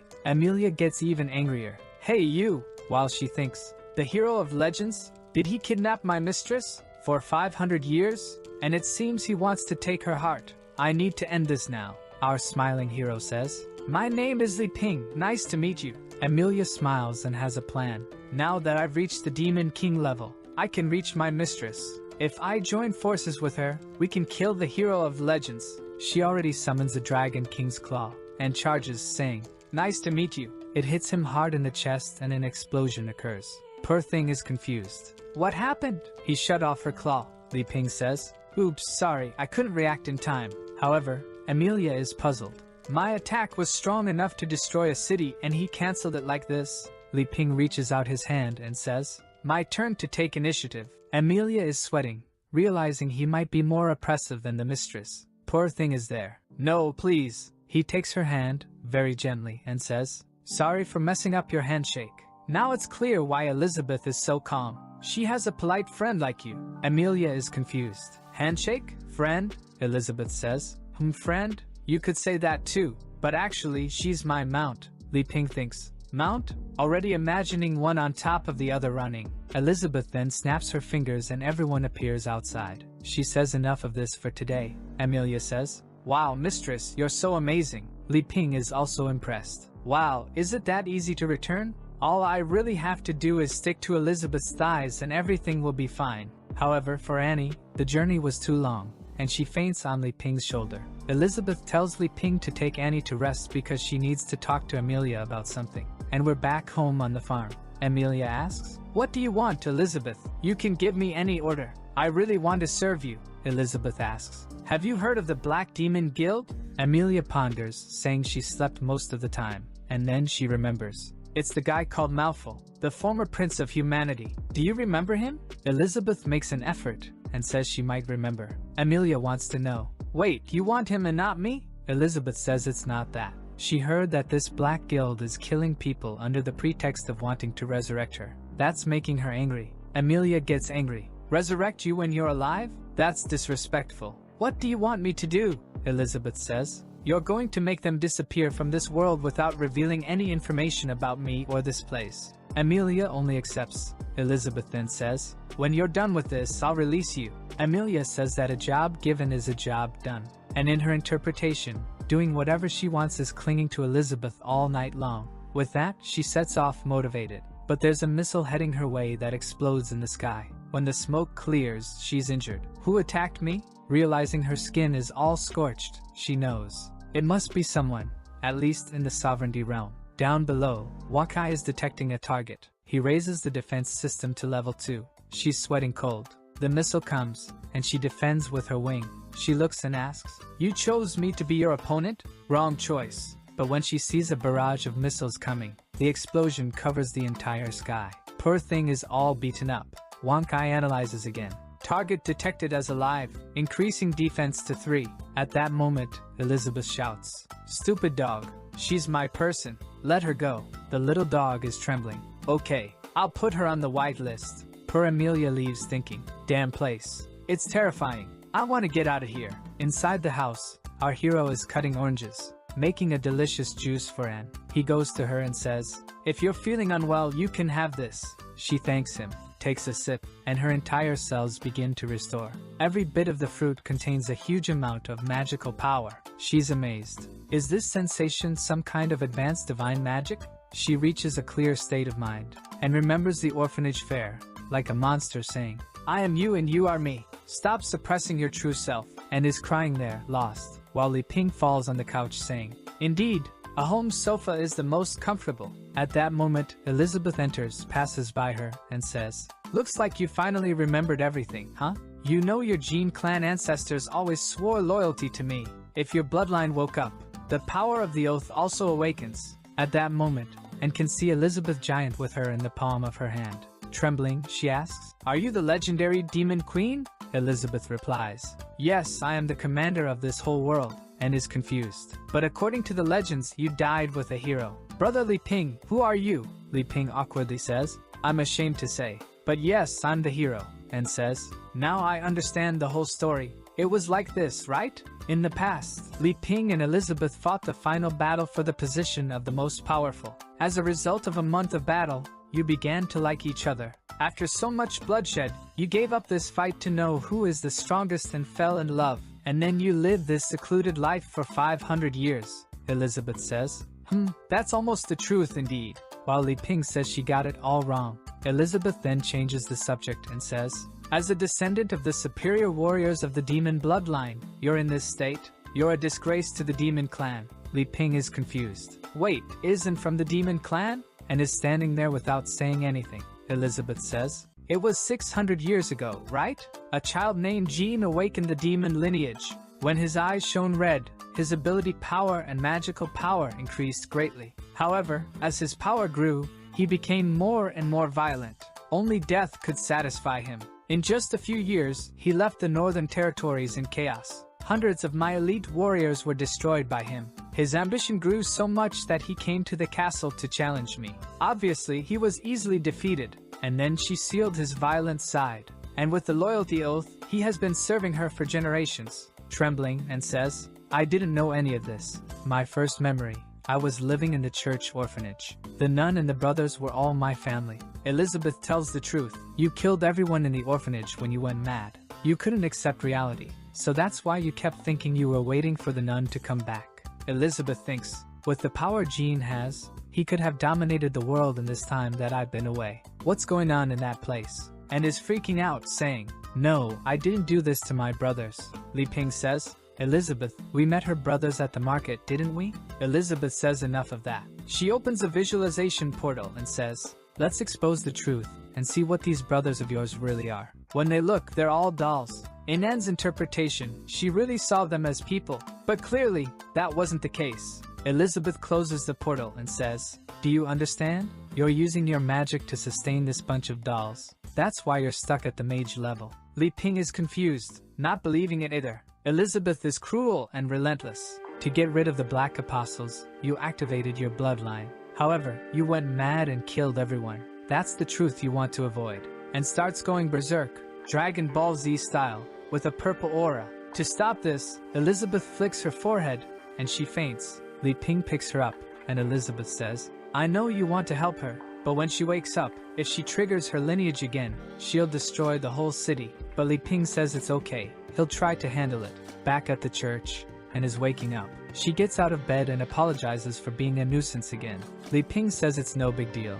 They used Elizabeth's teleportation. But how is she feeling now? And starts crying again, saying she can't believe she caused all those deaths. Li Ping says that's not the case. She was trying to protect everyone. She's not a murderer. However, and doesn't accept that. She says it's all her fault for losing control. But our hero says, it's their fault for attacking and forcing you to lose control. So stop blaming yourself. Plus, there are still missing materials here.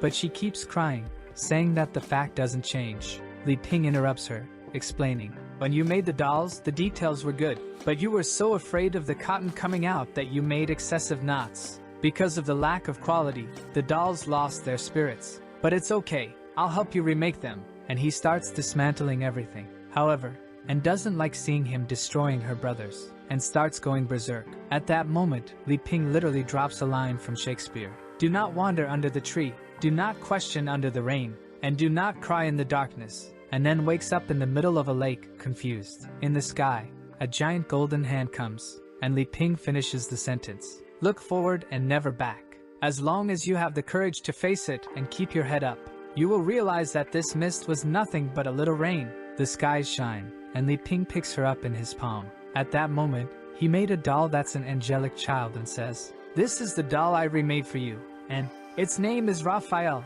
the angelic doll. He hopes that will help her heal, and takes his hand, saying she's sure. It's the same feeling. These are her brothers. She sees all of them around Li Ping, who tells her not to worry anymore, and then they disappear, saying goodbye, and then once again breaks down in tears, saying she will protect the church. And our boy tells her that the sky is clear. He sighs. Phew, thank goodness I studied psychotherapy in those system books. Meanwhile, in the demon realm, in the swamp of death, Amelia is flying around looking for the guy. Seeing everything destroyed, she says it's a shame what they did to her mistress's house. She then lands, and a bunch of creatures appear, saying they want to devour her soul. However, in the blink of an eye, the creatures all explode.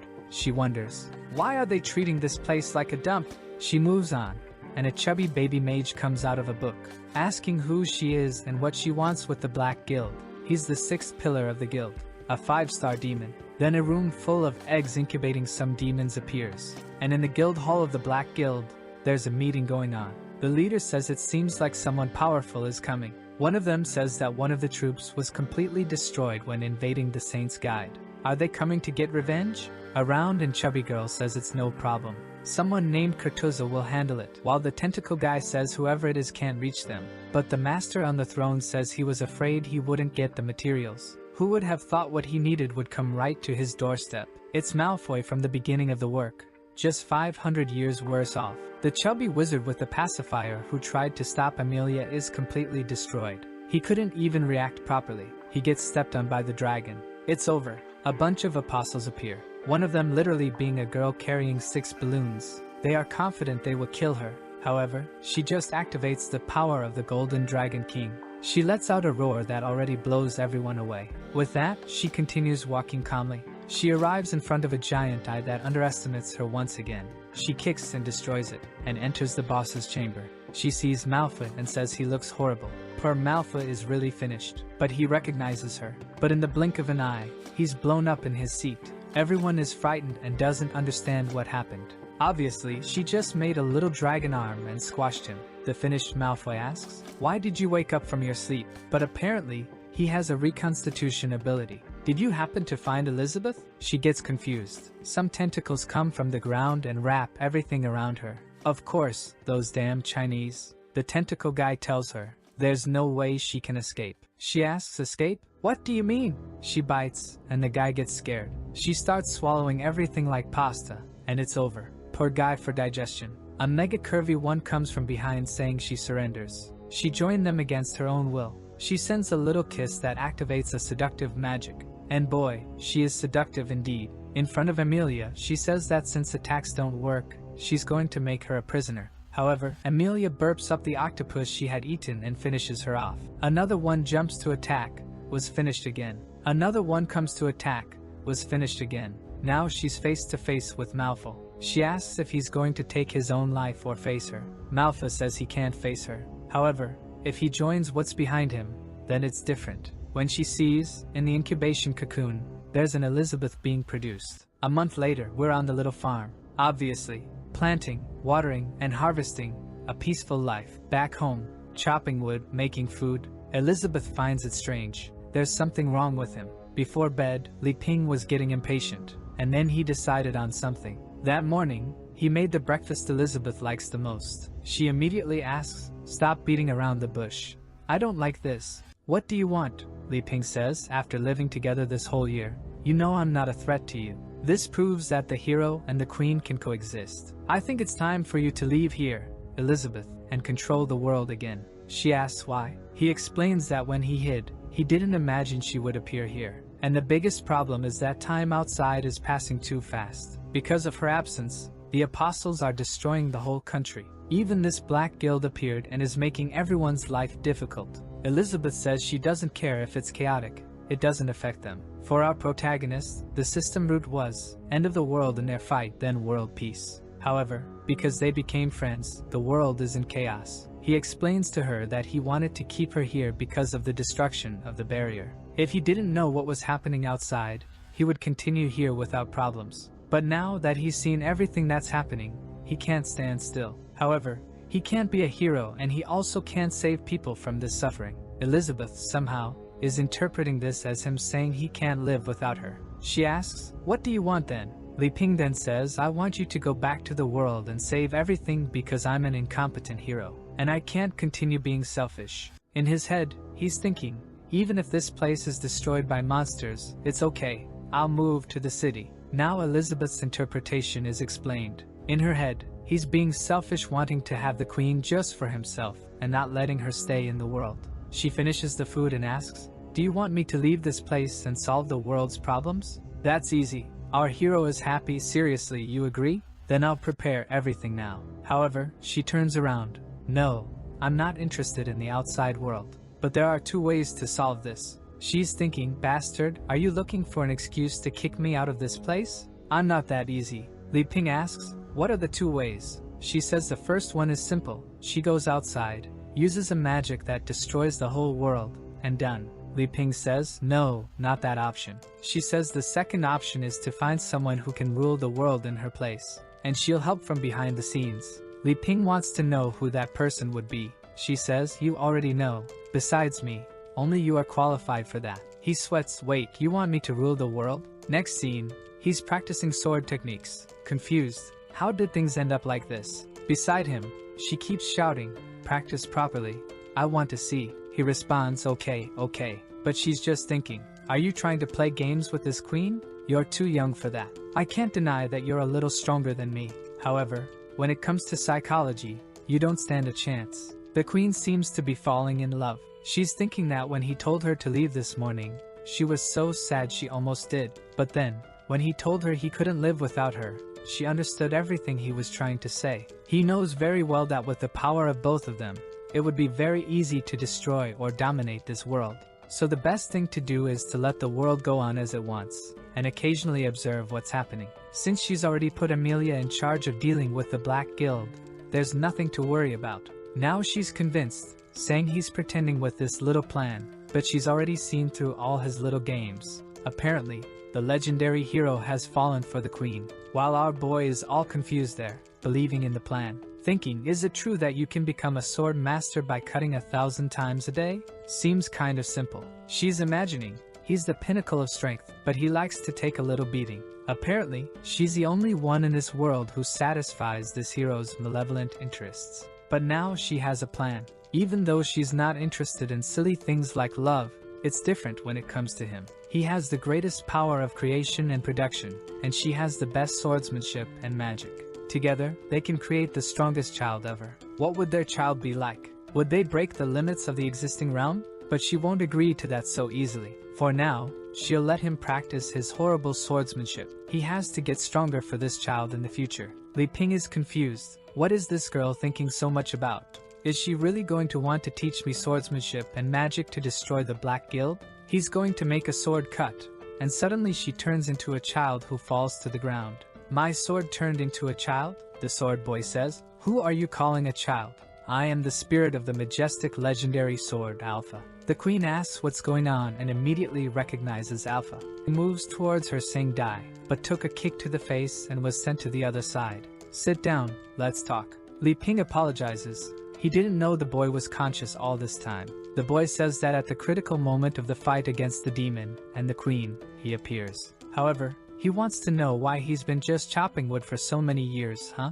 Li Ping tells him to calm down, but the boy doesn't stop and asks, did you change the story script and see her friend? You don't deserve to be the hero. Elizabeth asks, are you trying to kill me? The boy sits there. Actually, no, I don't want to. This system's craziness, you're my savior. She says, okay, whatever, now that you're here, help Li Ping rule the world. Alpha says, hold on, rule the world? Li Ping says, it's more like saving the world. He looks to the side, hey, what are you talking about, Li Ping? Our hero says, I'm tired of sitting around doing nothing. I'm going to take on the responsibility of being a hero, practice, and save the world.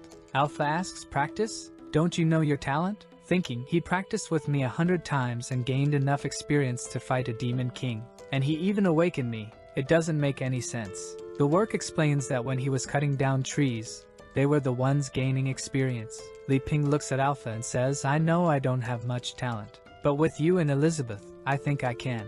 Alpha is about to say something. What are you talking about, dude? You are. But Elizabeth casts a spell and seals his mouth. She then tells Li Ping to stay there while she has to talk to this little boy. She grabs him with her demonic hand and takes him behind the tree. Smoke rises, and he comes back all beaten up. He then looks at Li Ping and says, alright, I'll cooperate with you, brother. Elizabeth says enough with the delaying. Let's start this already. This city is bustling, with the blondie looking for members for the guild, and the chick selling roasted chicken, a criminal. And our boy is there too. This is the city of Tatano, which is under the influence of the Holy Sword Guild. Elizabeth tells Li Ping that her magical sense is telling her that something large-scale is going to happen in this city, and maybe it's good for him to take a look and gather information. Li Ping says he understands. The first step to ruling the world is gathering intelligence. Alpha says it's nonsense. Going to this place is a waste of time. Elizabeth gives him a stare. Do you want me to break you in half? He sticks to Li Ping. Sorry. Our hero sees a paper on the ground and picks it up. These flyers are everywhere. Could this be the event that's happening? Competition between guilds. Elizabeth says it's a fight where each guild sends its representative. Someone plays a drum telling everyone to place their bets. People are all excited to bet, and Li Ping pulls Elizabeth, who's all modern in this outfit. They head towards the giant arena. However, when they're about to go up, a green bull stops them, saying he couldn't detect their tickets with magic. Li Ping says, Elizabeth, I'll handle this. Li Ping then takes out a bag of coins and says, I saw on the poster that it's 10 coins per ticket.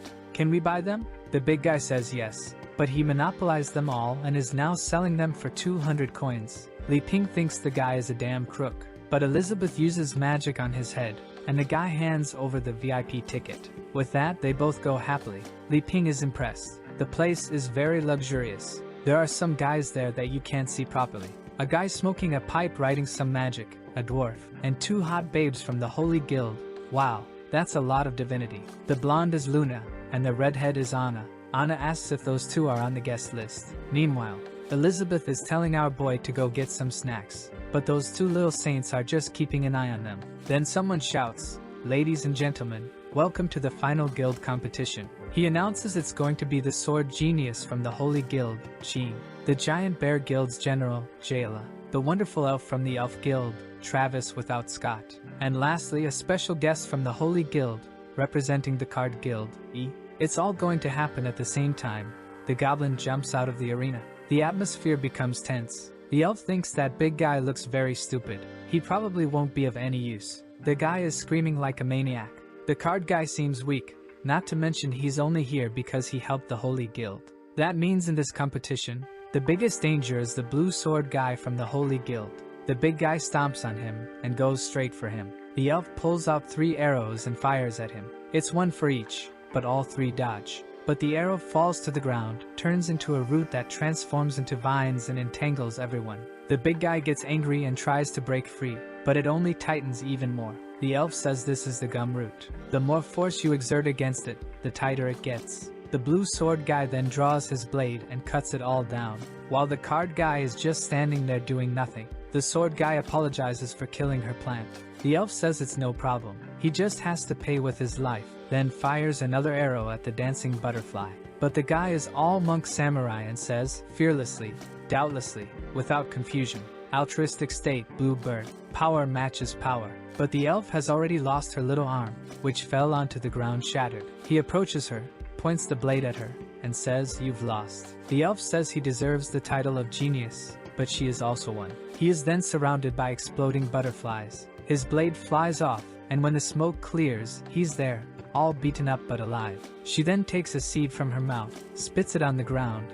A plant grows, she puts her arm into it, which turns into a new arm. But it's crooked because it was crushed by the buff guy, and it was crushed hard. He then looks back and says it's the samurai's turn, who finds the aura of that guy strange. But in the audience, everyone is going crazy, loving this competition. He throws his arm aside and pulls the blade back into his hand. The buff guy says power is everything, and now he's going to crush. He jumps, activating 70% of his muscular strength. The swordsman dodges, sends him a cut. However, it touches his skin and nothing happens. He comes for another blow with 80%. He tries to defend with the sword and is thrown back, and the sword bends all crooked. He comes again, now at 90%. He dodges several times. Li Ping is curious, asking Elizabeth who she thinks will win. She doesn't say anything, while Anna is finding it strange. How come a sword forged by rank B dwarves was destroyed with a punch? Luna asks if they should stop the fight, but Anna says not for now. Up in the super VIP section, the guy is asking, shouldn't we interrupt this? A guy named Bay says, I think those two are handling it, don't you think, boss? The guy says, maybe. He's the president of the card guild, isn't he the girl's father? The boy next to him noticed he's trembling, and thinks it's because the buff guy's magic is from the apostles, that's why he got so angry. But he's scared because he saw our protagonist with his little demon. In his head, Li Ping came here to see how he's using the deck. He has to meet the expectations of the great hero. While down below, the buff guy is just going for it. The blue sword can't do anything but run away. The buff guy grabs the ground and uses it like a sheet. The blue blade jumps to dodge, but he's caught in midair, and falls to the ground in a ball of stone. The buff guy goes to touch the stone, but suddenly he takes a micro cut. When he steps back, it's over. His hand is gone. He gets angry saying he'll kill the blue blade, who repeats the same phrase. Fearless, doubtless, surprised, or confused. Altruistic state. The buff guy thinks of doing something, but is cut from afar, and falls to the ground agonizing. The blue blade tells him, it's your last chance. The buff guy says he doesn't care. He's not going to play with him, already remembering that he can use the forbidden drug. But the blue blade warns, if you give up the power given to you by the Black Guild, I will spare your life. However, he breaks a pill in his mouth to reach the realm of Demon King. But before anything happens, his head is separated, and it rolls towards the card guy who's been standing there in the trap all this time, who is actually the little elf girl our protagonist saved. We then see the card guild and her practicing with the decks. As she's been drinking tea with the herbs our boy gave her before she left, she keeps evolving. Her father comes back from a trip and tells her he helped the Holy Guild deal with the apostles, and for that, he received a gift. She thinks it's that pile of apostle remains in the bag, but it was actually the direct qualification invitation for the finals. If she wins, the card guild will be recognized as an official guild. She feels insecure. She can't compete with those geniuses, but he says none of that matters. She has to be more confident. They've evolved a lot. They're not the same as before. When the time comes, he'll give her Li Ping's deck, and with that, she'll win. Amidst the vines, she's pondering. Even though I have Li Ping's deck, with my current strength, I can only use 6 cards at once. The rest of the battle, I'll have to rely on card replicas, which will significantly weaken the power of my attacks. However, I can't retreat here. Determination is the most important. Reaching for her belt, she grabs the deck card cut, easily freeing herself from the vines. That devilish head seems alive. The blue blade speaks. It was a good strategy to hide and only reveal your power in the end. But you're not an opponent for me, so just admit defeat. She sends some cards his way and he dodges, saying, "Wow, the guild owes you a favor. I don't want to hurt you. It's the last warning." Everyone is confused. Fighting with cards? She then sends a flying sword from poker. The blue blade says, "I know these are fake attacks to use something more powerful on me, but I won't give you a chance." Already ready to strike at her. She's scared that he caught on to the plan so quickly, but she takes a step back and steps on a card, sending her flying. And from above, she sends another barrage of cards, but the blue blade jumps and manages to dodge. She sends some circles of cards this time, and once again, he defends himself. But the cards surround the sword and his body weakening the key. The blue blade says to her, "This is foolishness. If you force me to get serious, you'll die." She says she was just trying to buy time to complete the final attack, raises her hands with a bunch of cards and says, "Release," creating a gigantic dragon of spades. Everyone is now interested. The dwarf is curious to know who made these cards. They have various effects. The foolishly Ping in the audience is impressed. Wow, are they fighting with cards? How do they even do that? The blue blade once again activates the altruistic state to the maximum level, sends a blue bird towards the dragon. The two collide in the middle of the arena and an explosion occurs. The cards are all destroyed and fall to the ground. She's thinking he's too strong. There's no way to win with just replicas. But she's afraid to use the real deck because she can't control it. The blue blade goes for the kill, blaming her for making him have to give his all, sends a slash towards the cards, and she's already defeated on the ground. He says it's over. She says it's okay, she lost. There's no point in going beyond this. But on the blue blade's back, something is coming towards him and enters his head. His eye turns purple, and he seems to be taken over by the head of that creature that had been severed, which now has taken over his body. The great apostle says the body is very good. How do you use this key sword thing? Already attacking everyone in the city. Luckily, there's a barrier. Otherwise, the public would have died. Li Ping asks Elizabeth what we should do. Should we help them? Elizabeth says no. For him to dominate the world, he'll have to adapt and get used to these small changes. That's nothing. Much bigger things happen. He says it's okay. The poor father is thinking, damn, they knew we were going to be invaded. That's why they came to see. I need to have a good performance to satisfy Mr. Li Ping and the queen. The old man next to him is thinking, if you go to save your daughter, you'll prove that you don't have enough fighters to deal with the Black Guild. And when the Holy Sword is looking for other people, you'll come to us. The devil is in the blue blade's brain, and our elf is angrier than ever. She hates the Black Guild. And if that's the case, she doesn't need to worry. Activating the new deck. The apostle is confused. What's this? Her magical power has increased too much. I need to kill her instantly. He sends an attack her way, but a knight with a shield appears to defend her. Li Ping finds it strange. That looks somewhat familiar, doesn't it? The dwarf and the analyst are confused. Hold on. This is much more incredible than the previous deck. If I'm not mistaken, this is a ghost of the 13 sacred knights. The old man then says, Boss, is this the trick you used to defeat the 6 demon pillars? The father says, I used the number 9 before. She's only using 5 now. I just hope it's enough. She sends some cards, telling the creature to let go of that body. But he dodges, wondering, damn, how does she have so much strength in those cards? He jumps to evade, thinking he'll escape. But he hits the shield of the knight, who then sends him to another, and another. They bounce the demon around. He manages to use a blade strike to stop in midair, but the shield knight comes from behind and encloses him in a box. She then orders them to crush him. The 4 knights come from each side, focusing all the pressure on the apostle, who shrinks down, destroyed. He falls hard to the ground. At that moment, Li Ping points at you, leaving a like on this video, my brother. You guys remember that the last chapter ended in the middle of Yilifu fight. She managed to defeat the blue sword who had the spirit taking over him. At that moment, her father looks at the arena and thinks, Li Ping and the demon queen will be pleased with this, right? While Li Ping is talking to the queen, he suddenly says, wow, is that Yilifu? It's no wonder it felt so familiar. Do you remember them, Elizabeth? It was the father and daughter we helped. But Elizabeth is ignoring Li Ping and giving her father a stare, thinking, Who let them reveal themselves like this? The poor guy is trembling there. The father greets the two, terrified. Are you both here? I didn't want to spoil your experience, so that's why I didn't let you know I'm here watching. Forgive me. The father is trembling with fear.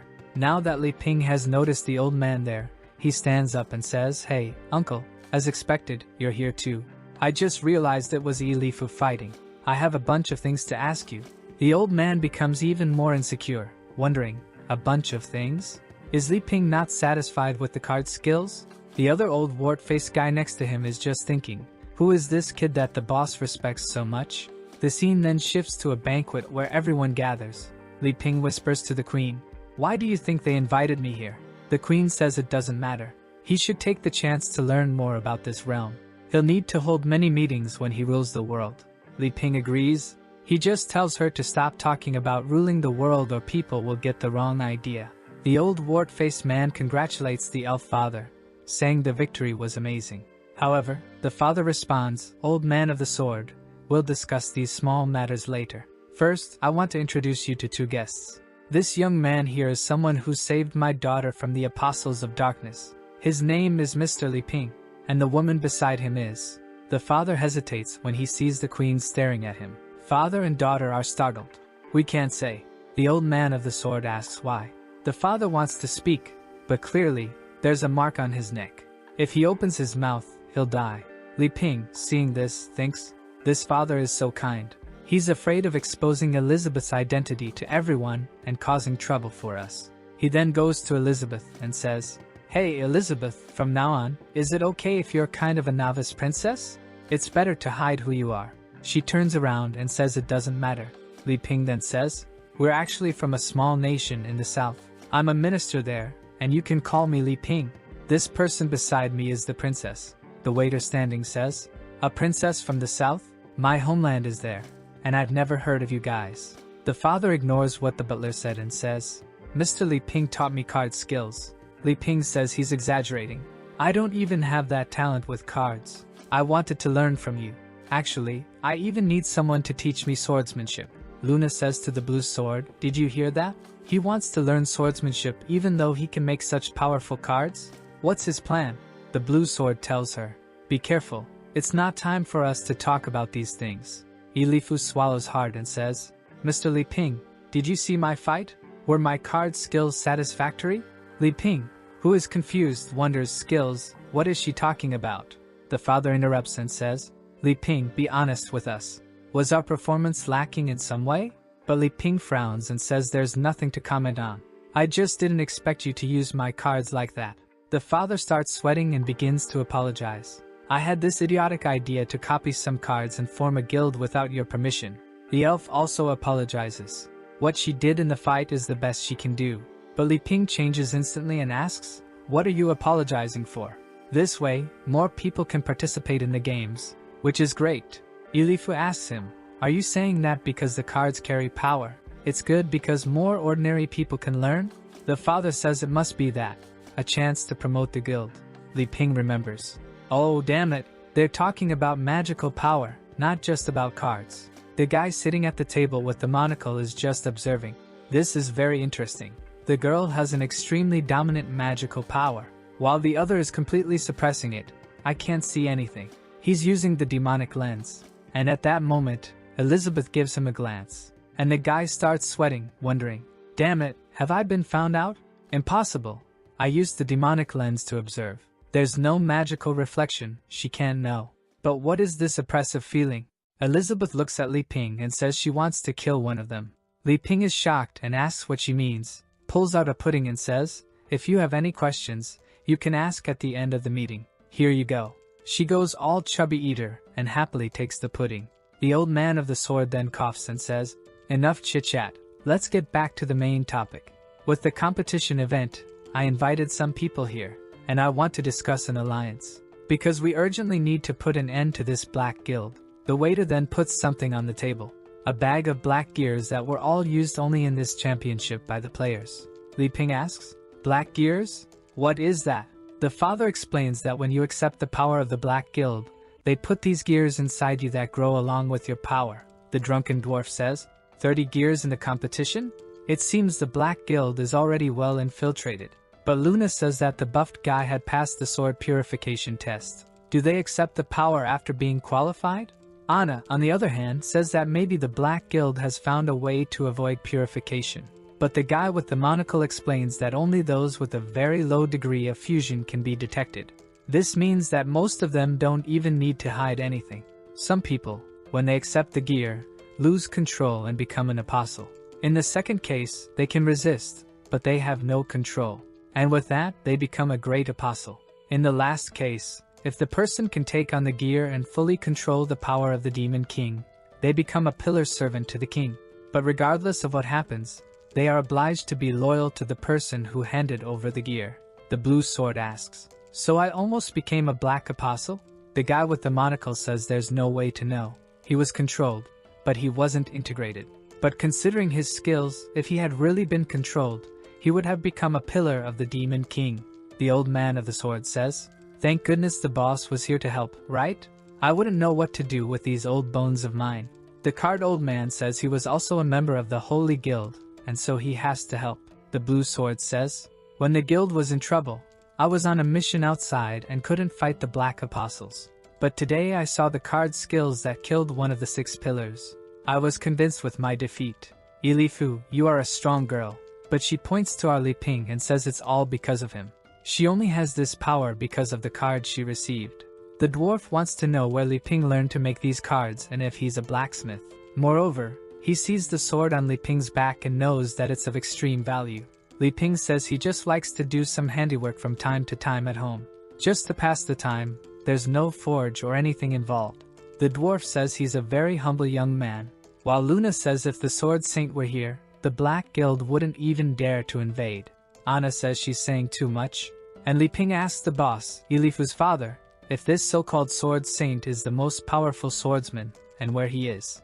But the boss tells him, "I'm no longer a member of the Holy Guild, I can't give an opinion on that." The old man of the sword says, "It's okay, boss. We can't hide this for much longer." Rumors spread quickly. The dwarf says so the rumors were true, and the guy with the monocle explains, after the rebellion of the Holy Sword Guild, not only did their combat power decrease significantly, but even the Sword Saint has disappeared. That's why the Black Guild is taking advantage to attack. The old man of the sword says it's true. The Sword Saint sent some messages half a year ago, but there hasn't been any information about him for a while. Li Ping is confused. Rebellion? The saint disappeared? The butler explains, to be precise, he went to arrest the Axe Elder, who betrayed the guild. However, he hasn't returned yet. The blue sword says his last mission was to try to find the saint. However, when he got there was nothing. Luna asks, if the sword saint was more powerful than the guy he went to arrest, how was he defeated? The blue sword says there's no doubt about the power of the sword saint. However, when he went to the mountain, everything was completely cut off, and he has no idea what kind of battle they fought there. Half of the region had been turned into flat terrain. The old man of the sword says it's because the Axe Elder obtained a supreme magic. All that is known is that it's a giant axe called the Demon's Burial. It has terrifying power and emits an aura of resentment. The strength it gives to a person allowed the Elder to defeat the Sword Saint. The dwarf says he saw all the weapons that were produced in his kingdom of rank S, and there's no Demon's Burial axe. Apparently, it's a masterpiece made by the Black Guild itself. Li Ping looks at Ilifu and asks, I still don't understand. Who is this Elder, and why did he betray the Holy Guild? The boss explains, in the Holy Guild, there's a leader who is the Sword Saint, and under him, there are 5 assistants who guide the disciples. The Axe Elder, who is the guy there at the war table, the Dagger Elder, the Spear Elder, the Shield Elder, and the Axe Elder. But from one day to the next, the Axe Elder joined the Black Guild and launched a rebellion in the Holy Guild, killing the Spear and Dagger Elders, and the Shield Elder died in a fight against the Black Guild. The Sword Elder says he's the only one standing now. In the rebellion, many in the guild betrayed them, and even his most precious son betrayed everyone, Sir Buckthorn Tyrus. Li Ping asks, Tyrus? He's a centaur who uses a sword? The old man looks and says, yes, that's my son. How is he now? Li Ping without hesitation says he's dead. The father, apparently, doesn't care and says, whatever. That's the fate of a traitor. The important thing now is for us to unite and fight against the Black Guild. The dwarf says his kingdom can provide some weapons. However, weapons of rank A or S will be difficult since they're lacking the stones. The guy with the monocle asks Sword Elder, "You said it's a very unstable time now. What makes you believe you'll defeat the Black Guild with our help?" The old man of the sword says, "It all depends on the boss. I think he should give up this card guild and go back to being a vice president of the Holy Guild." The boss asks, "Elder, do you want me to go back to being vice president? I've been away for a long time. I don't think it's right." However, the old man of the sword says, "If I say you're qualified, then you are. Cards are now also considered weapons, just like daggers and throwing knives. We can still open a new unit and leave Elifu as an elder." Elifu now looks bugged and scared too. "Wait, me? I'm not qualified to be an elder of the Holy Guild." However, the sword elder says, "If you agree, boss, the plan will flow smoothly, and the guild's resources will all be used as you wish. Even I will obey your orders." The butler tells him to consider the option. It'll be much easier for him to help the Holy Guild than to try to create a guild from scratch. The boss looks at Li Ping and asks, "What do you think, kid? With the help of the Holy Guild, the card skills will spread even faster." Li Ping is confused. "Are you asking me? In my homeland, there's a saying that goes, it's easier to become an executive of a big company than to try to start your own big company. However, the ambitious ones always prefer to work on their own businesses. That means it's up to you, sir." To the boss, what Li Ping said was, "Do you want to be someone's accessory or do you want to rise in this life? If even with everything I've given you, you have no ambition, I'm disappointed." But he's unsure, because the old man of the sword is insisting too much. If he refuses, he'll offend the entire Holy Guild. The old man of the sword says, "Boss, if you're still dissatisfied, tell me what condition you want." The boss stands up and says, "Elder, say no more. I established my guild not because I wanted fame and wealth, but because I wanted to elevate my card skills. Li Ping, do you see? My will, it's strong." The sword elder is confused and asks, "Boss, are you sure about this? Have you thought it through?" The old man of the sword wonders. "I don't feel any aura coming from this Li Ping guy. Since he claims this guy taught him everything, it must be some excuse to hide something." Li Ping says, "Understood, boss," but he's sad. "Damn it. I wanted to use my connections with the Holy Guild to learn swordsmanship from them." The boss then says, "But even if I decline to join the Holy Guild, don't worry, Sword Elder. It's my responsibility to eliminate the Black Guild, and I'll provide full support to you all." The old man of the sword says he understands, and since the agreement has already been made, they'll recognize the card guild as legitimate. Li Ping looks at the boss and says, "You're quite brave, boss." The boss replies, "It's all for your satisfaction, Mr. Li Ping." Elifu also says she'll work hard. The old man of the sword then asks the dwarf when their king will come out of seclusion. They need rank A and S weapons to help in the fight. The dwarf, who is the prince of the kingdom, says he can't talk about that. But the truth is they need grinding stones. It's hard to find them in the whole kingdom, and even the Aristotelian kingdom is refusing to cooperate with them. That's why his father is researching in seclusion until he finds a solution. The old man of the sword asks Tagore, the guy with the monocle, if he can provide some weapons and combat magic. Tagore says he's neutral about all this, but if it's just about using some magic, that's no problem. The old man of the sword then says, "Let's reach a mutual agreement so that in 2 months, we'll join forces. During this period, let's try to solve all the other problems. Any other questions?" Li Ping raises his hand and says he wants to join too.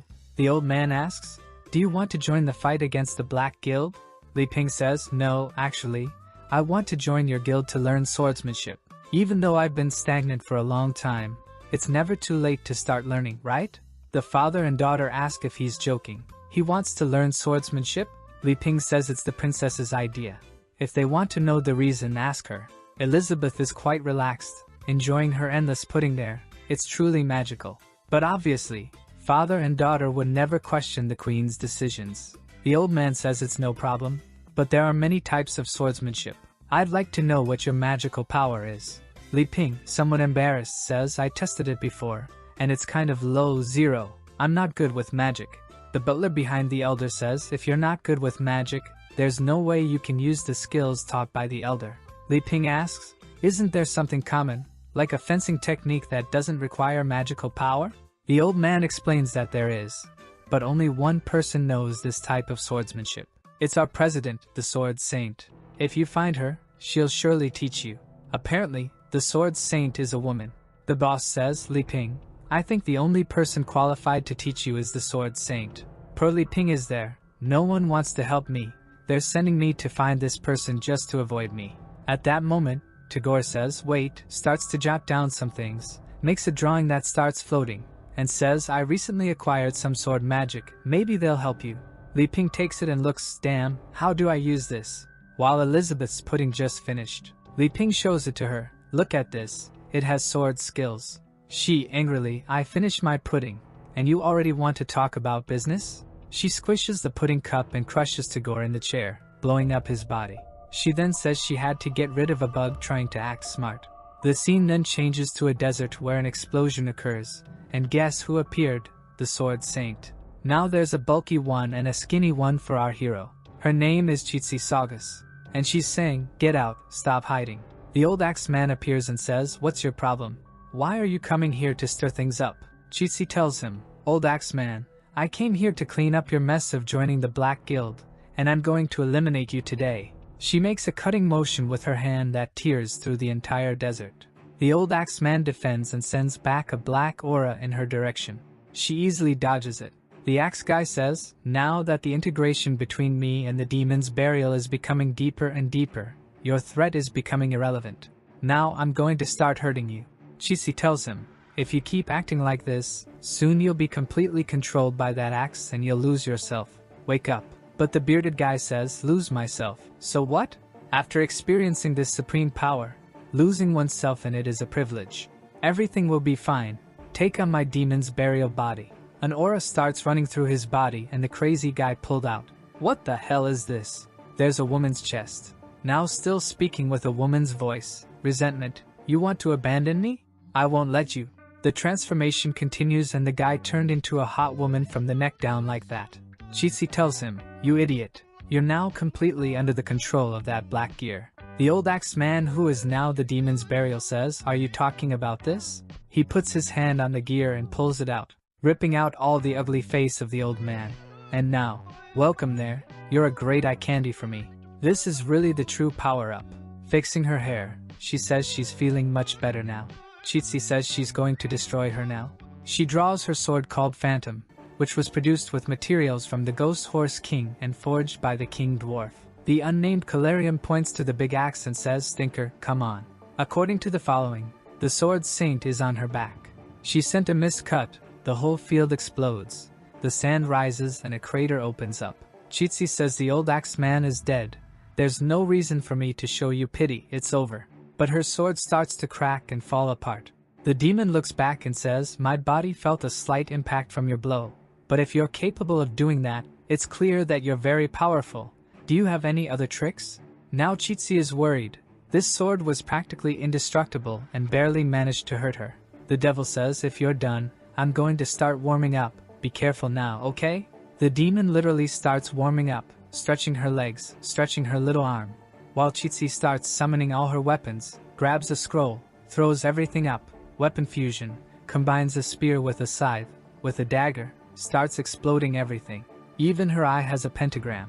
She summons the space distortion and sends a black light sphere towards the demon, who's there reaching the climax of the transformation, saying she's finally feeling more relaxed. Chitsi even launched 2 scrolls to surround her, while the space distortion is going.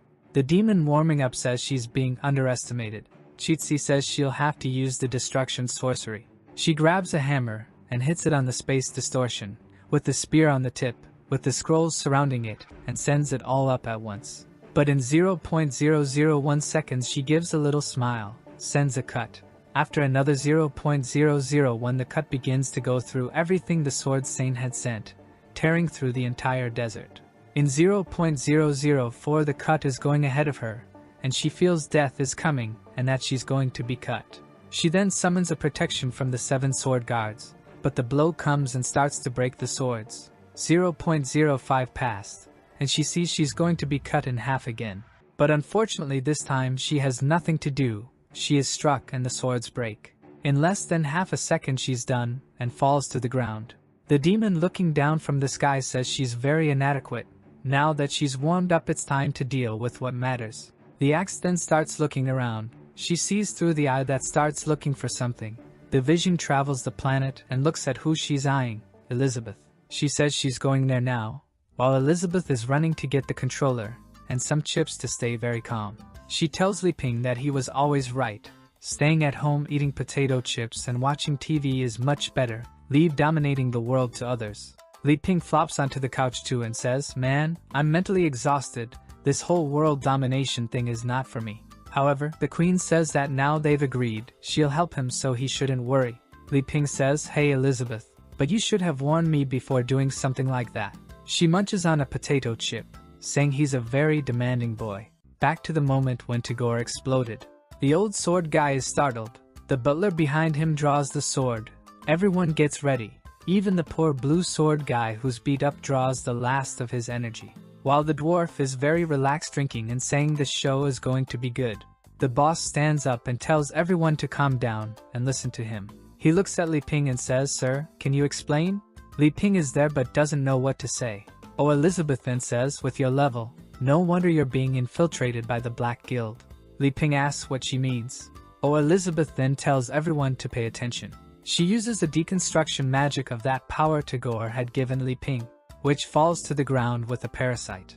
The little creature looks around for something, looks at Li Ping, and jumps towards him.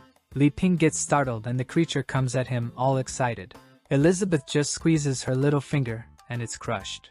At that moment, the butler who was there sees that Tagore's body was also disintegrating. Even the guy's flesh was a kind of spell. Luna says, "So even a big figure like Tagore joined the Black Guild."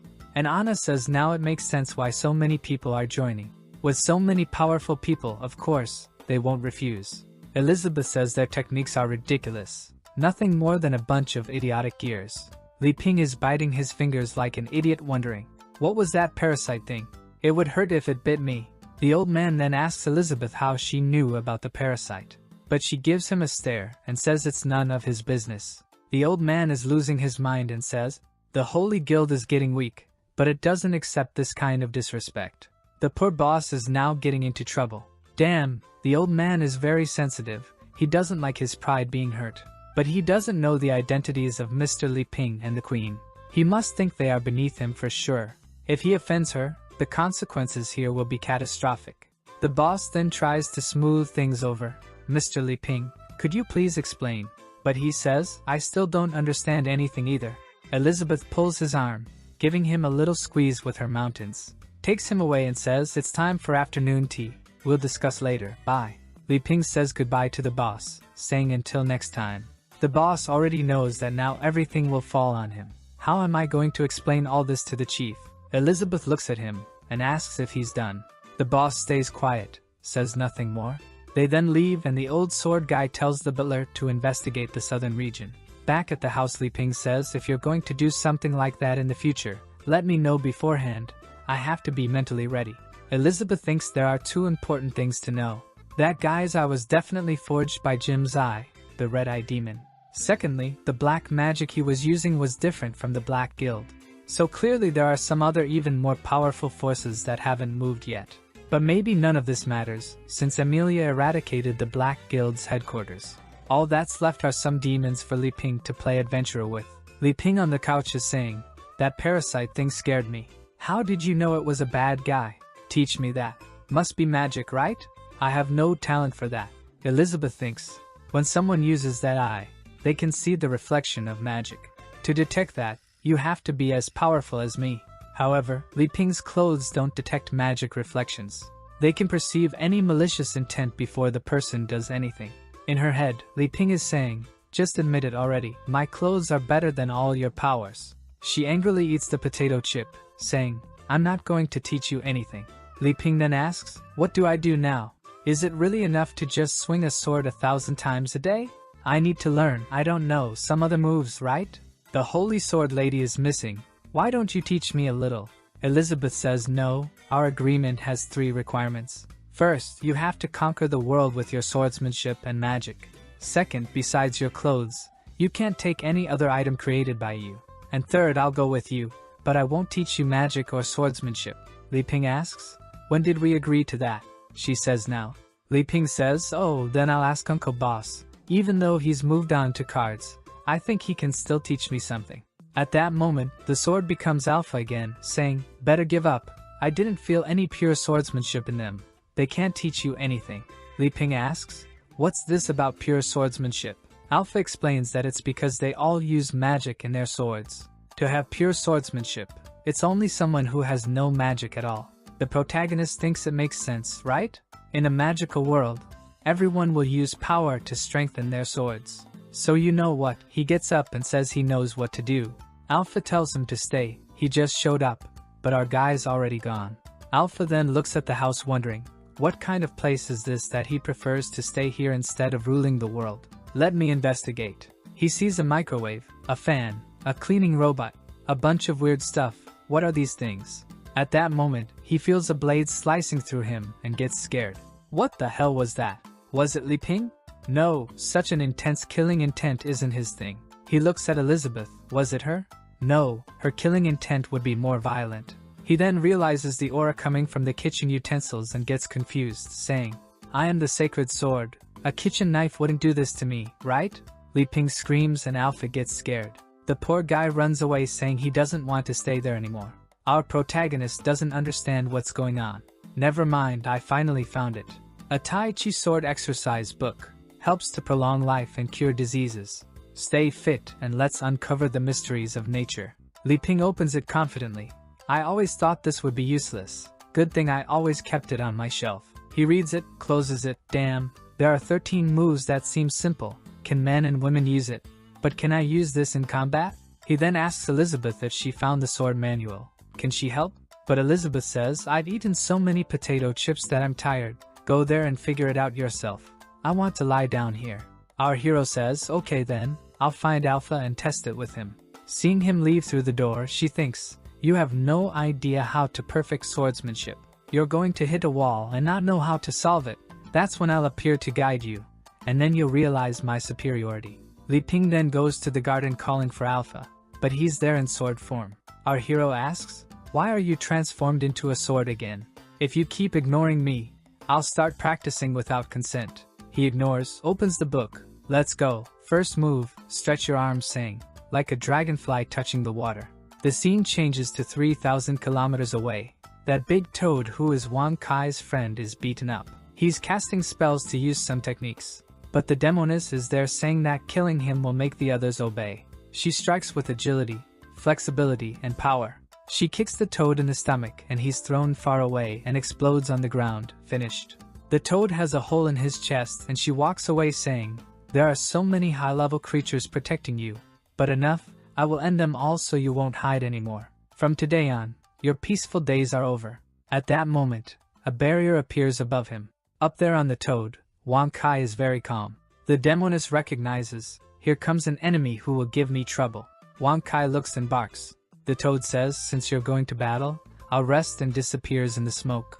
The demoness says that if he doesn't want to die, he better get out of the way. Wang Kai starts his analysis, sees that he's not on the white list, sees that the risk level is very high, assumes the rule that no one can ever bother the master, and increases the direct risk to level 3. He immediately launches a barrage of missiles.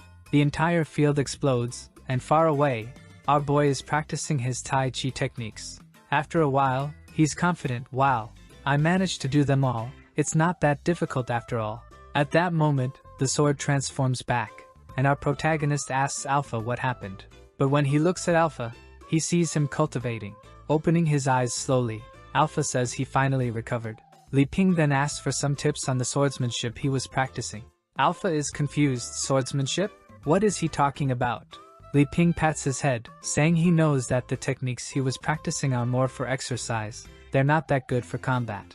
However, Alpha is thinking about something else. Those weapons inside the house were very powerful. He ran away scared and passed out on the trunk. That's why he was in sword form. His soul was suppressed so much that he reverted to being a sword without consciousness. If Li Ping hadn't practiced like he did now and given energy, he would have become a sword without consciousness for the rest of his life. But why did he save me, woke me up, and asked about training with swords?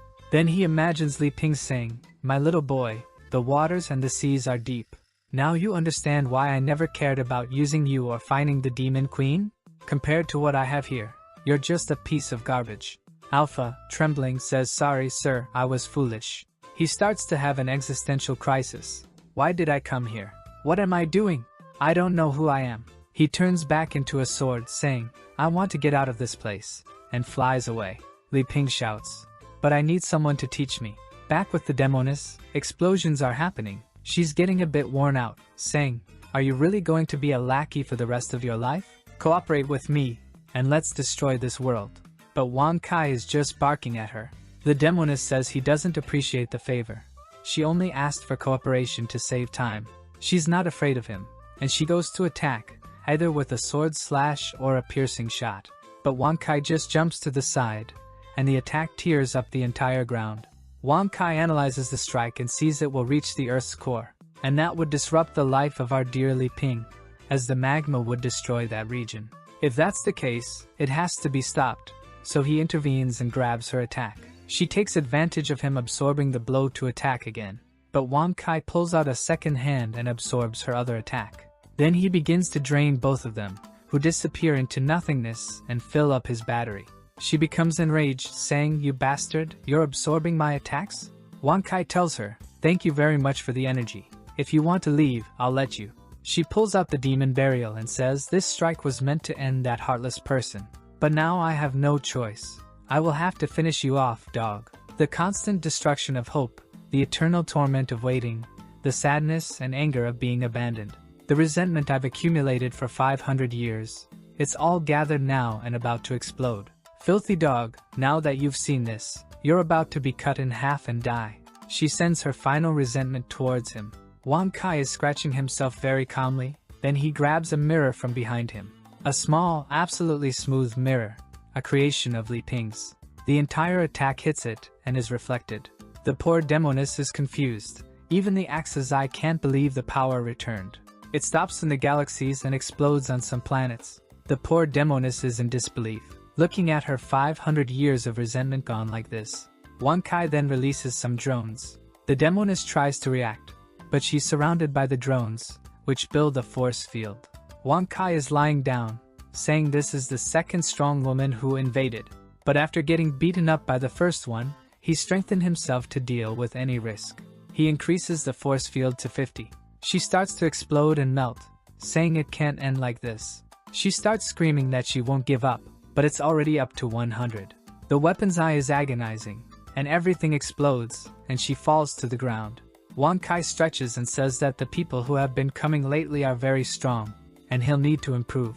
At that moment, a hand emerges from the ground, startling Wang Kai. Look who's there.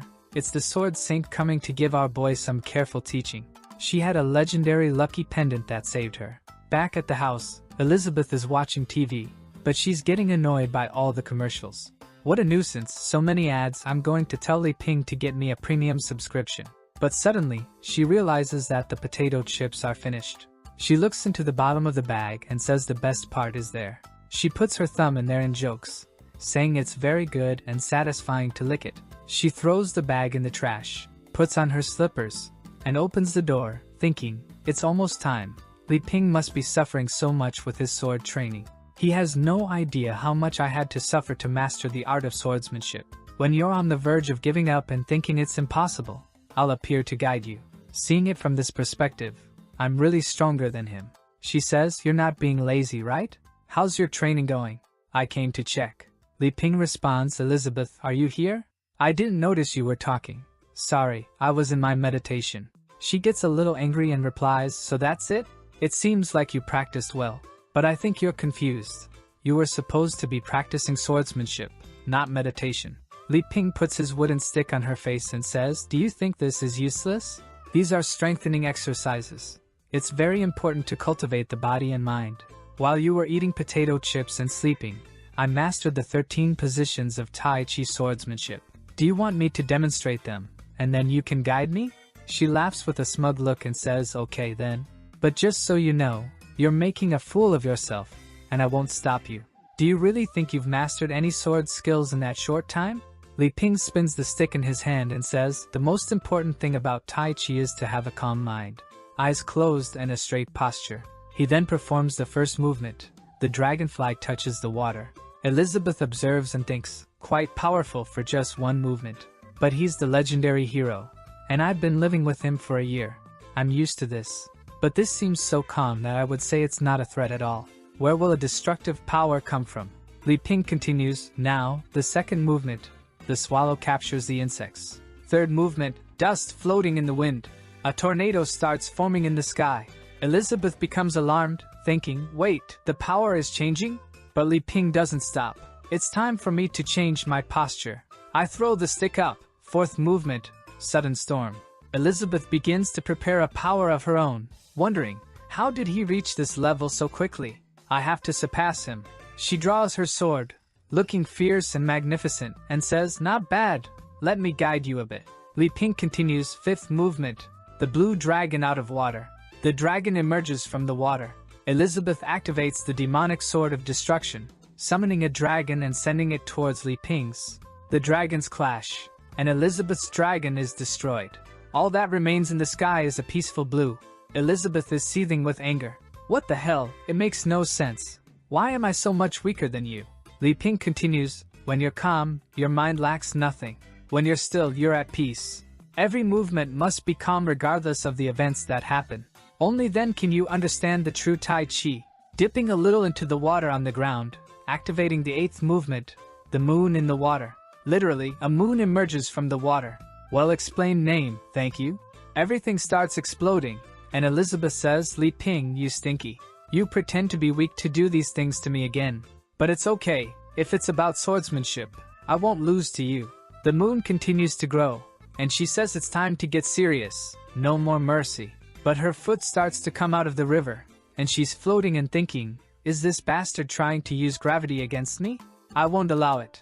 She then notices that the entire planet has changed. She's now on top of the moon he created. Li Ping, still with his eyes closed, continues, with the progress of the Tai Chi sword movements, the mind becomes calm and vast. And thus, you begin to understand the mysteries of nature. Ninth movement, the meteor striking the moon. The flood is coming, and Elizabeth thinks, damn it, each of these meteors is as powerful as my destructive magic. And there are so many of them. The meteors are coming, and she enters the demonetization form. She says it's her fault for underestimating his swordsmanship. But she cuts the moon in half, and the meteor shower is about to collide. She says he's wrong if he thinks he's better than her. And she cuts through all the meteors, then she says die as she goes towards Li Ping, who is still cultivating. She screams that her swordsmanship is the strongest in history and strikes him right in the middle, causing him to dissipate. The entire moon is torn apart. She becomes afraid, thinking, wait, I was driven by the will to kill him. I didn't kill him unintentionally, right? But then, a Li Ping appears in the sky, saying, in the vast emptiness, be sincere and calm. She looks confused, wondering what's happening. Li Ping continues, the state of mind is spacious. This is the embodiment of Tai Chi as the body in nature. 10th movement. Like in this video, kids, we finished everything Hero vs Demon Queen, 58 chapters. For those who want to keep reading, I really enjoyed this work.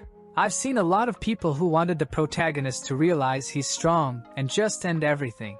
But then there wouldn't be a story, it would be just one chapter. For me, the work is staying true to what I like. There's the idea of him being much stronger and not knowing it, and that's it. The story develops from that premise. If you liked it, hit the damn bell, and I'm out.